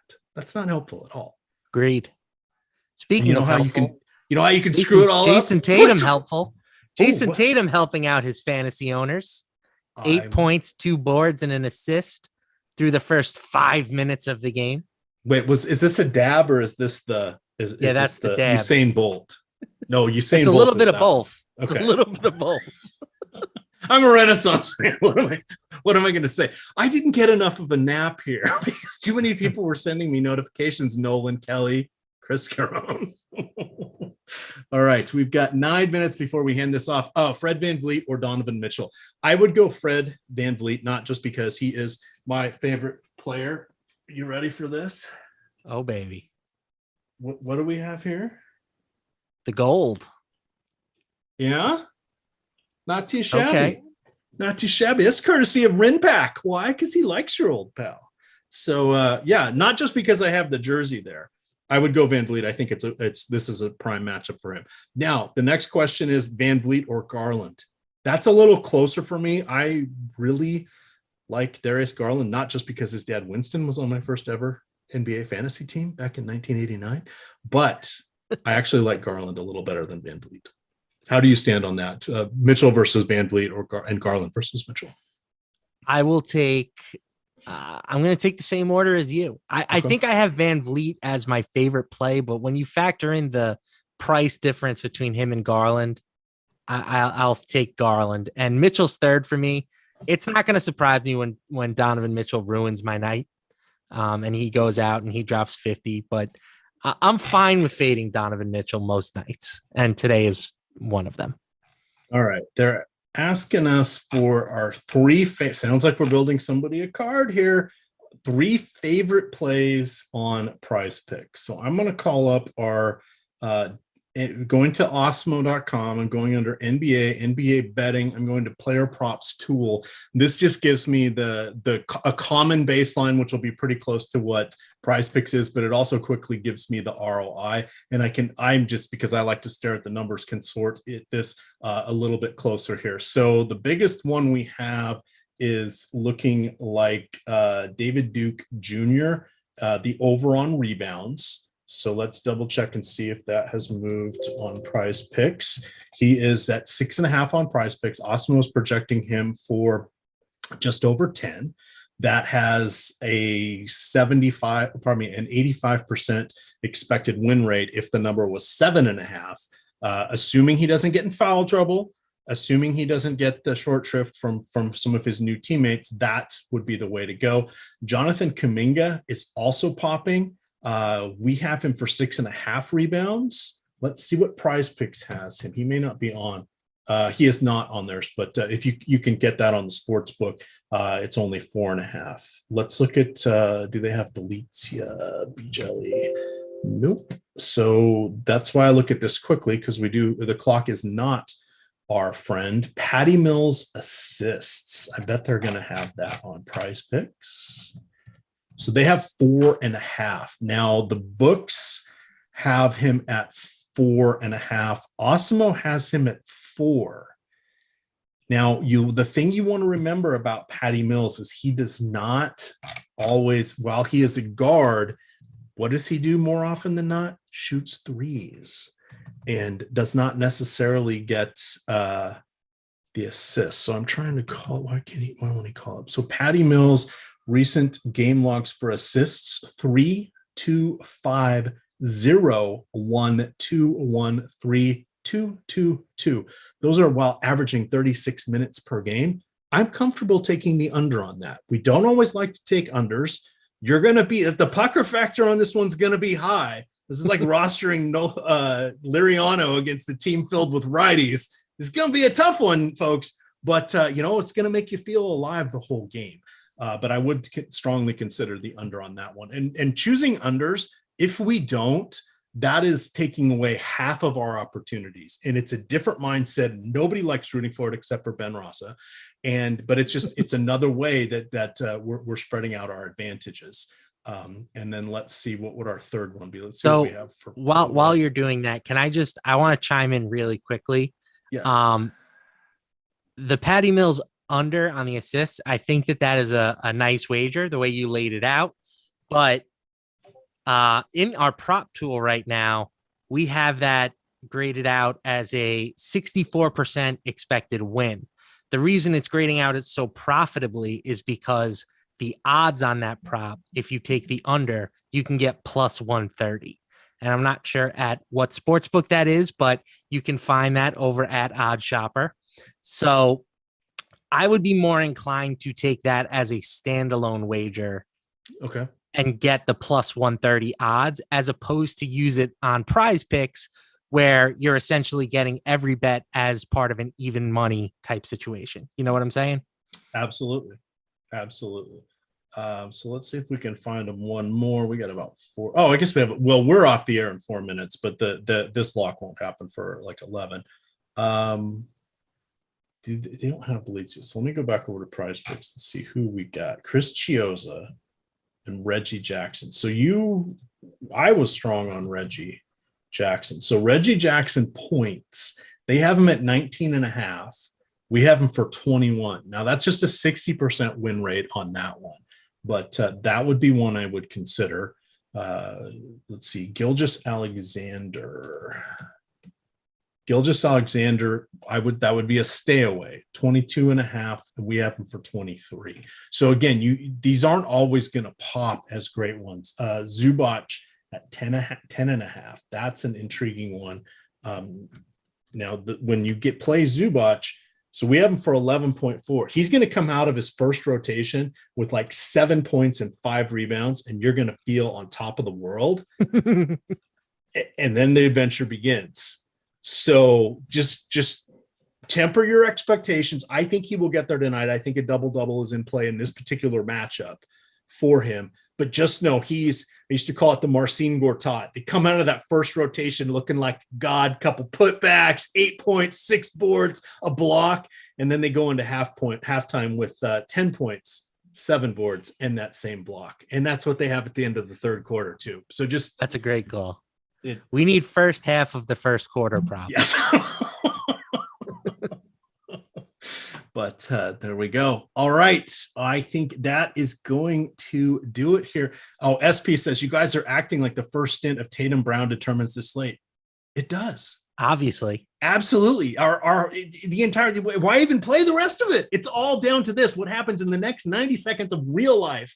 That's how our entire slate's going to go. Too bad if you didn't play either one of those guys. I guess you're just going to lose. Them's the rules, according to Greg Ehrenberg. But with that, we're going to get on out of here. Matt, where can they find you on Twitter? At Matt LaMarca, my friends. Excellent. Oh, that's a long at Matt LaMarca, my friends. That's pretty long. There's like a 13 limit character, but there we go. You can find me at EMAC DFS. I just stayed within 7. So there we go. It's Awesemo_COM. And with that, gamers, stay tuned. NFL Live Before Lock coming up next on a separate stream. Good luck.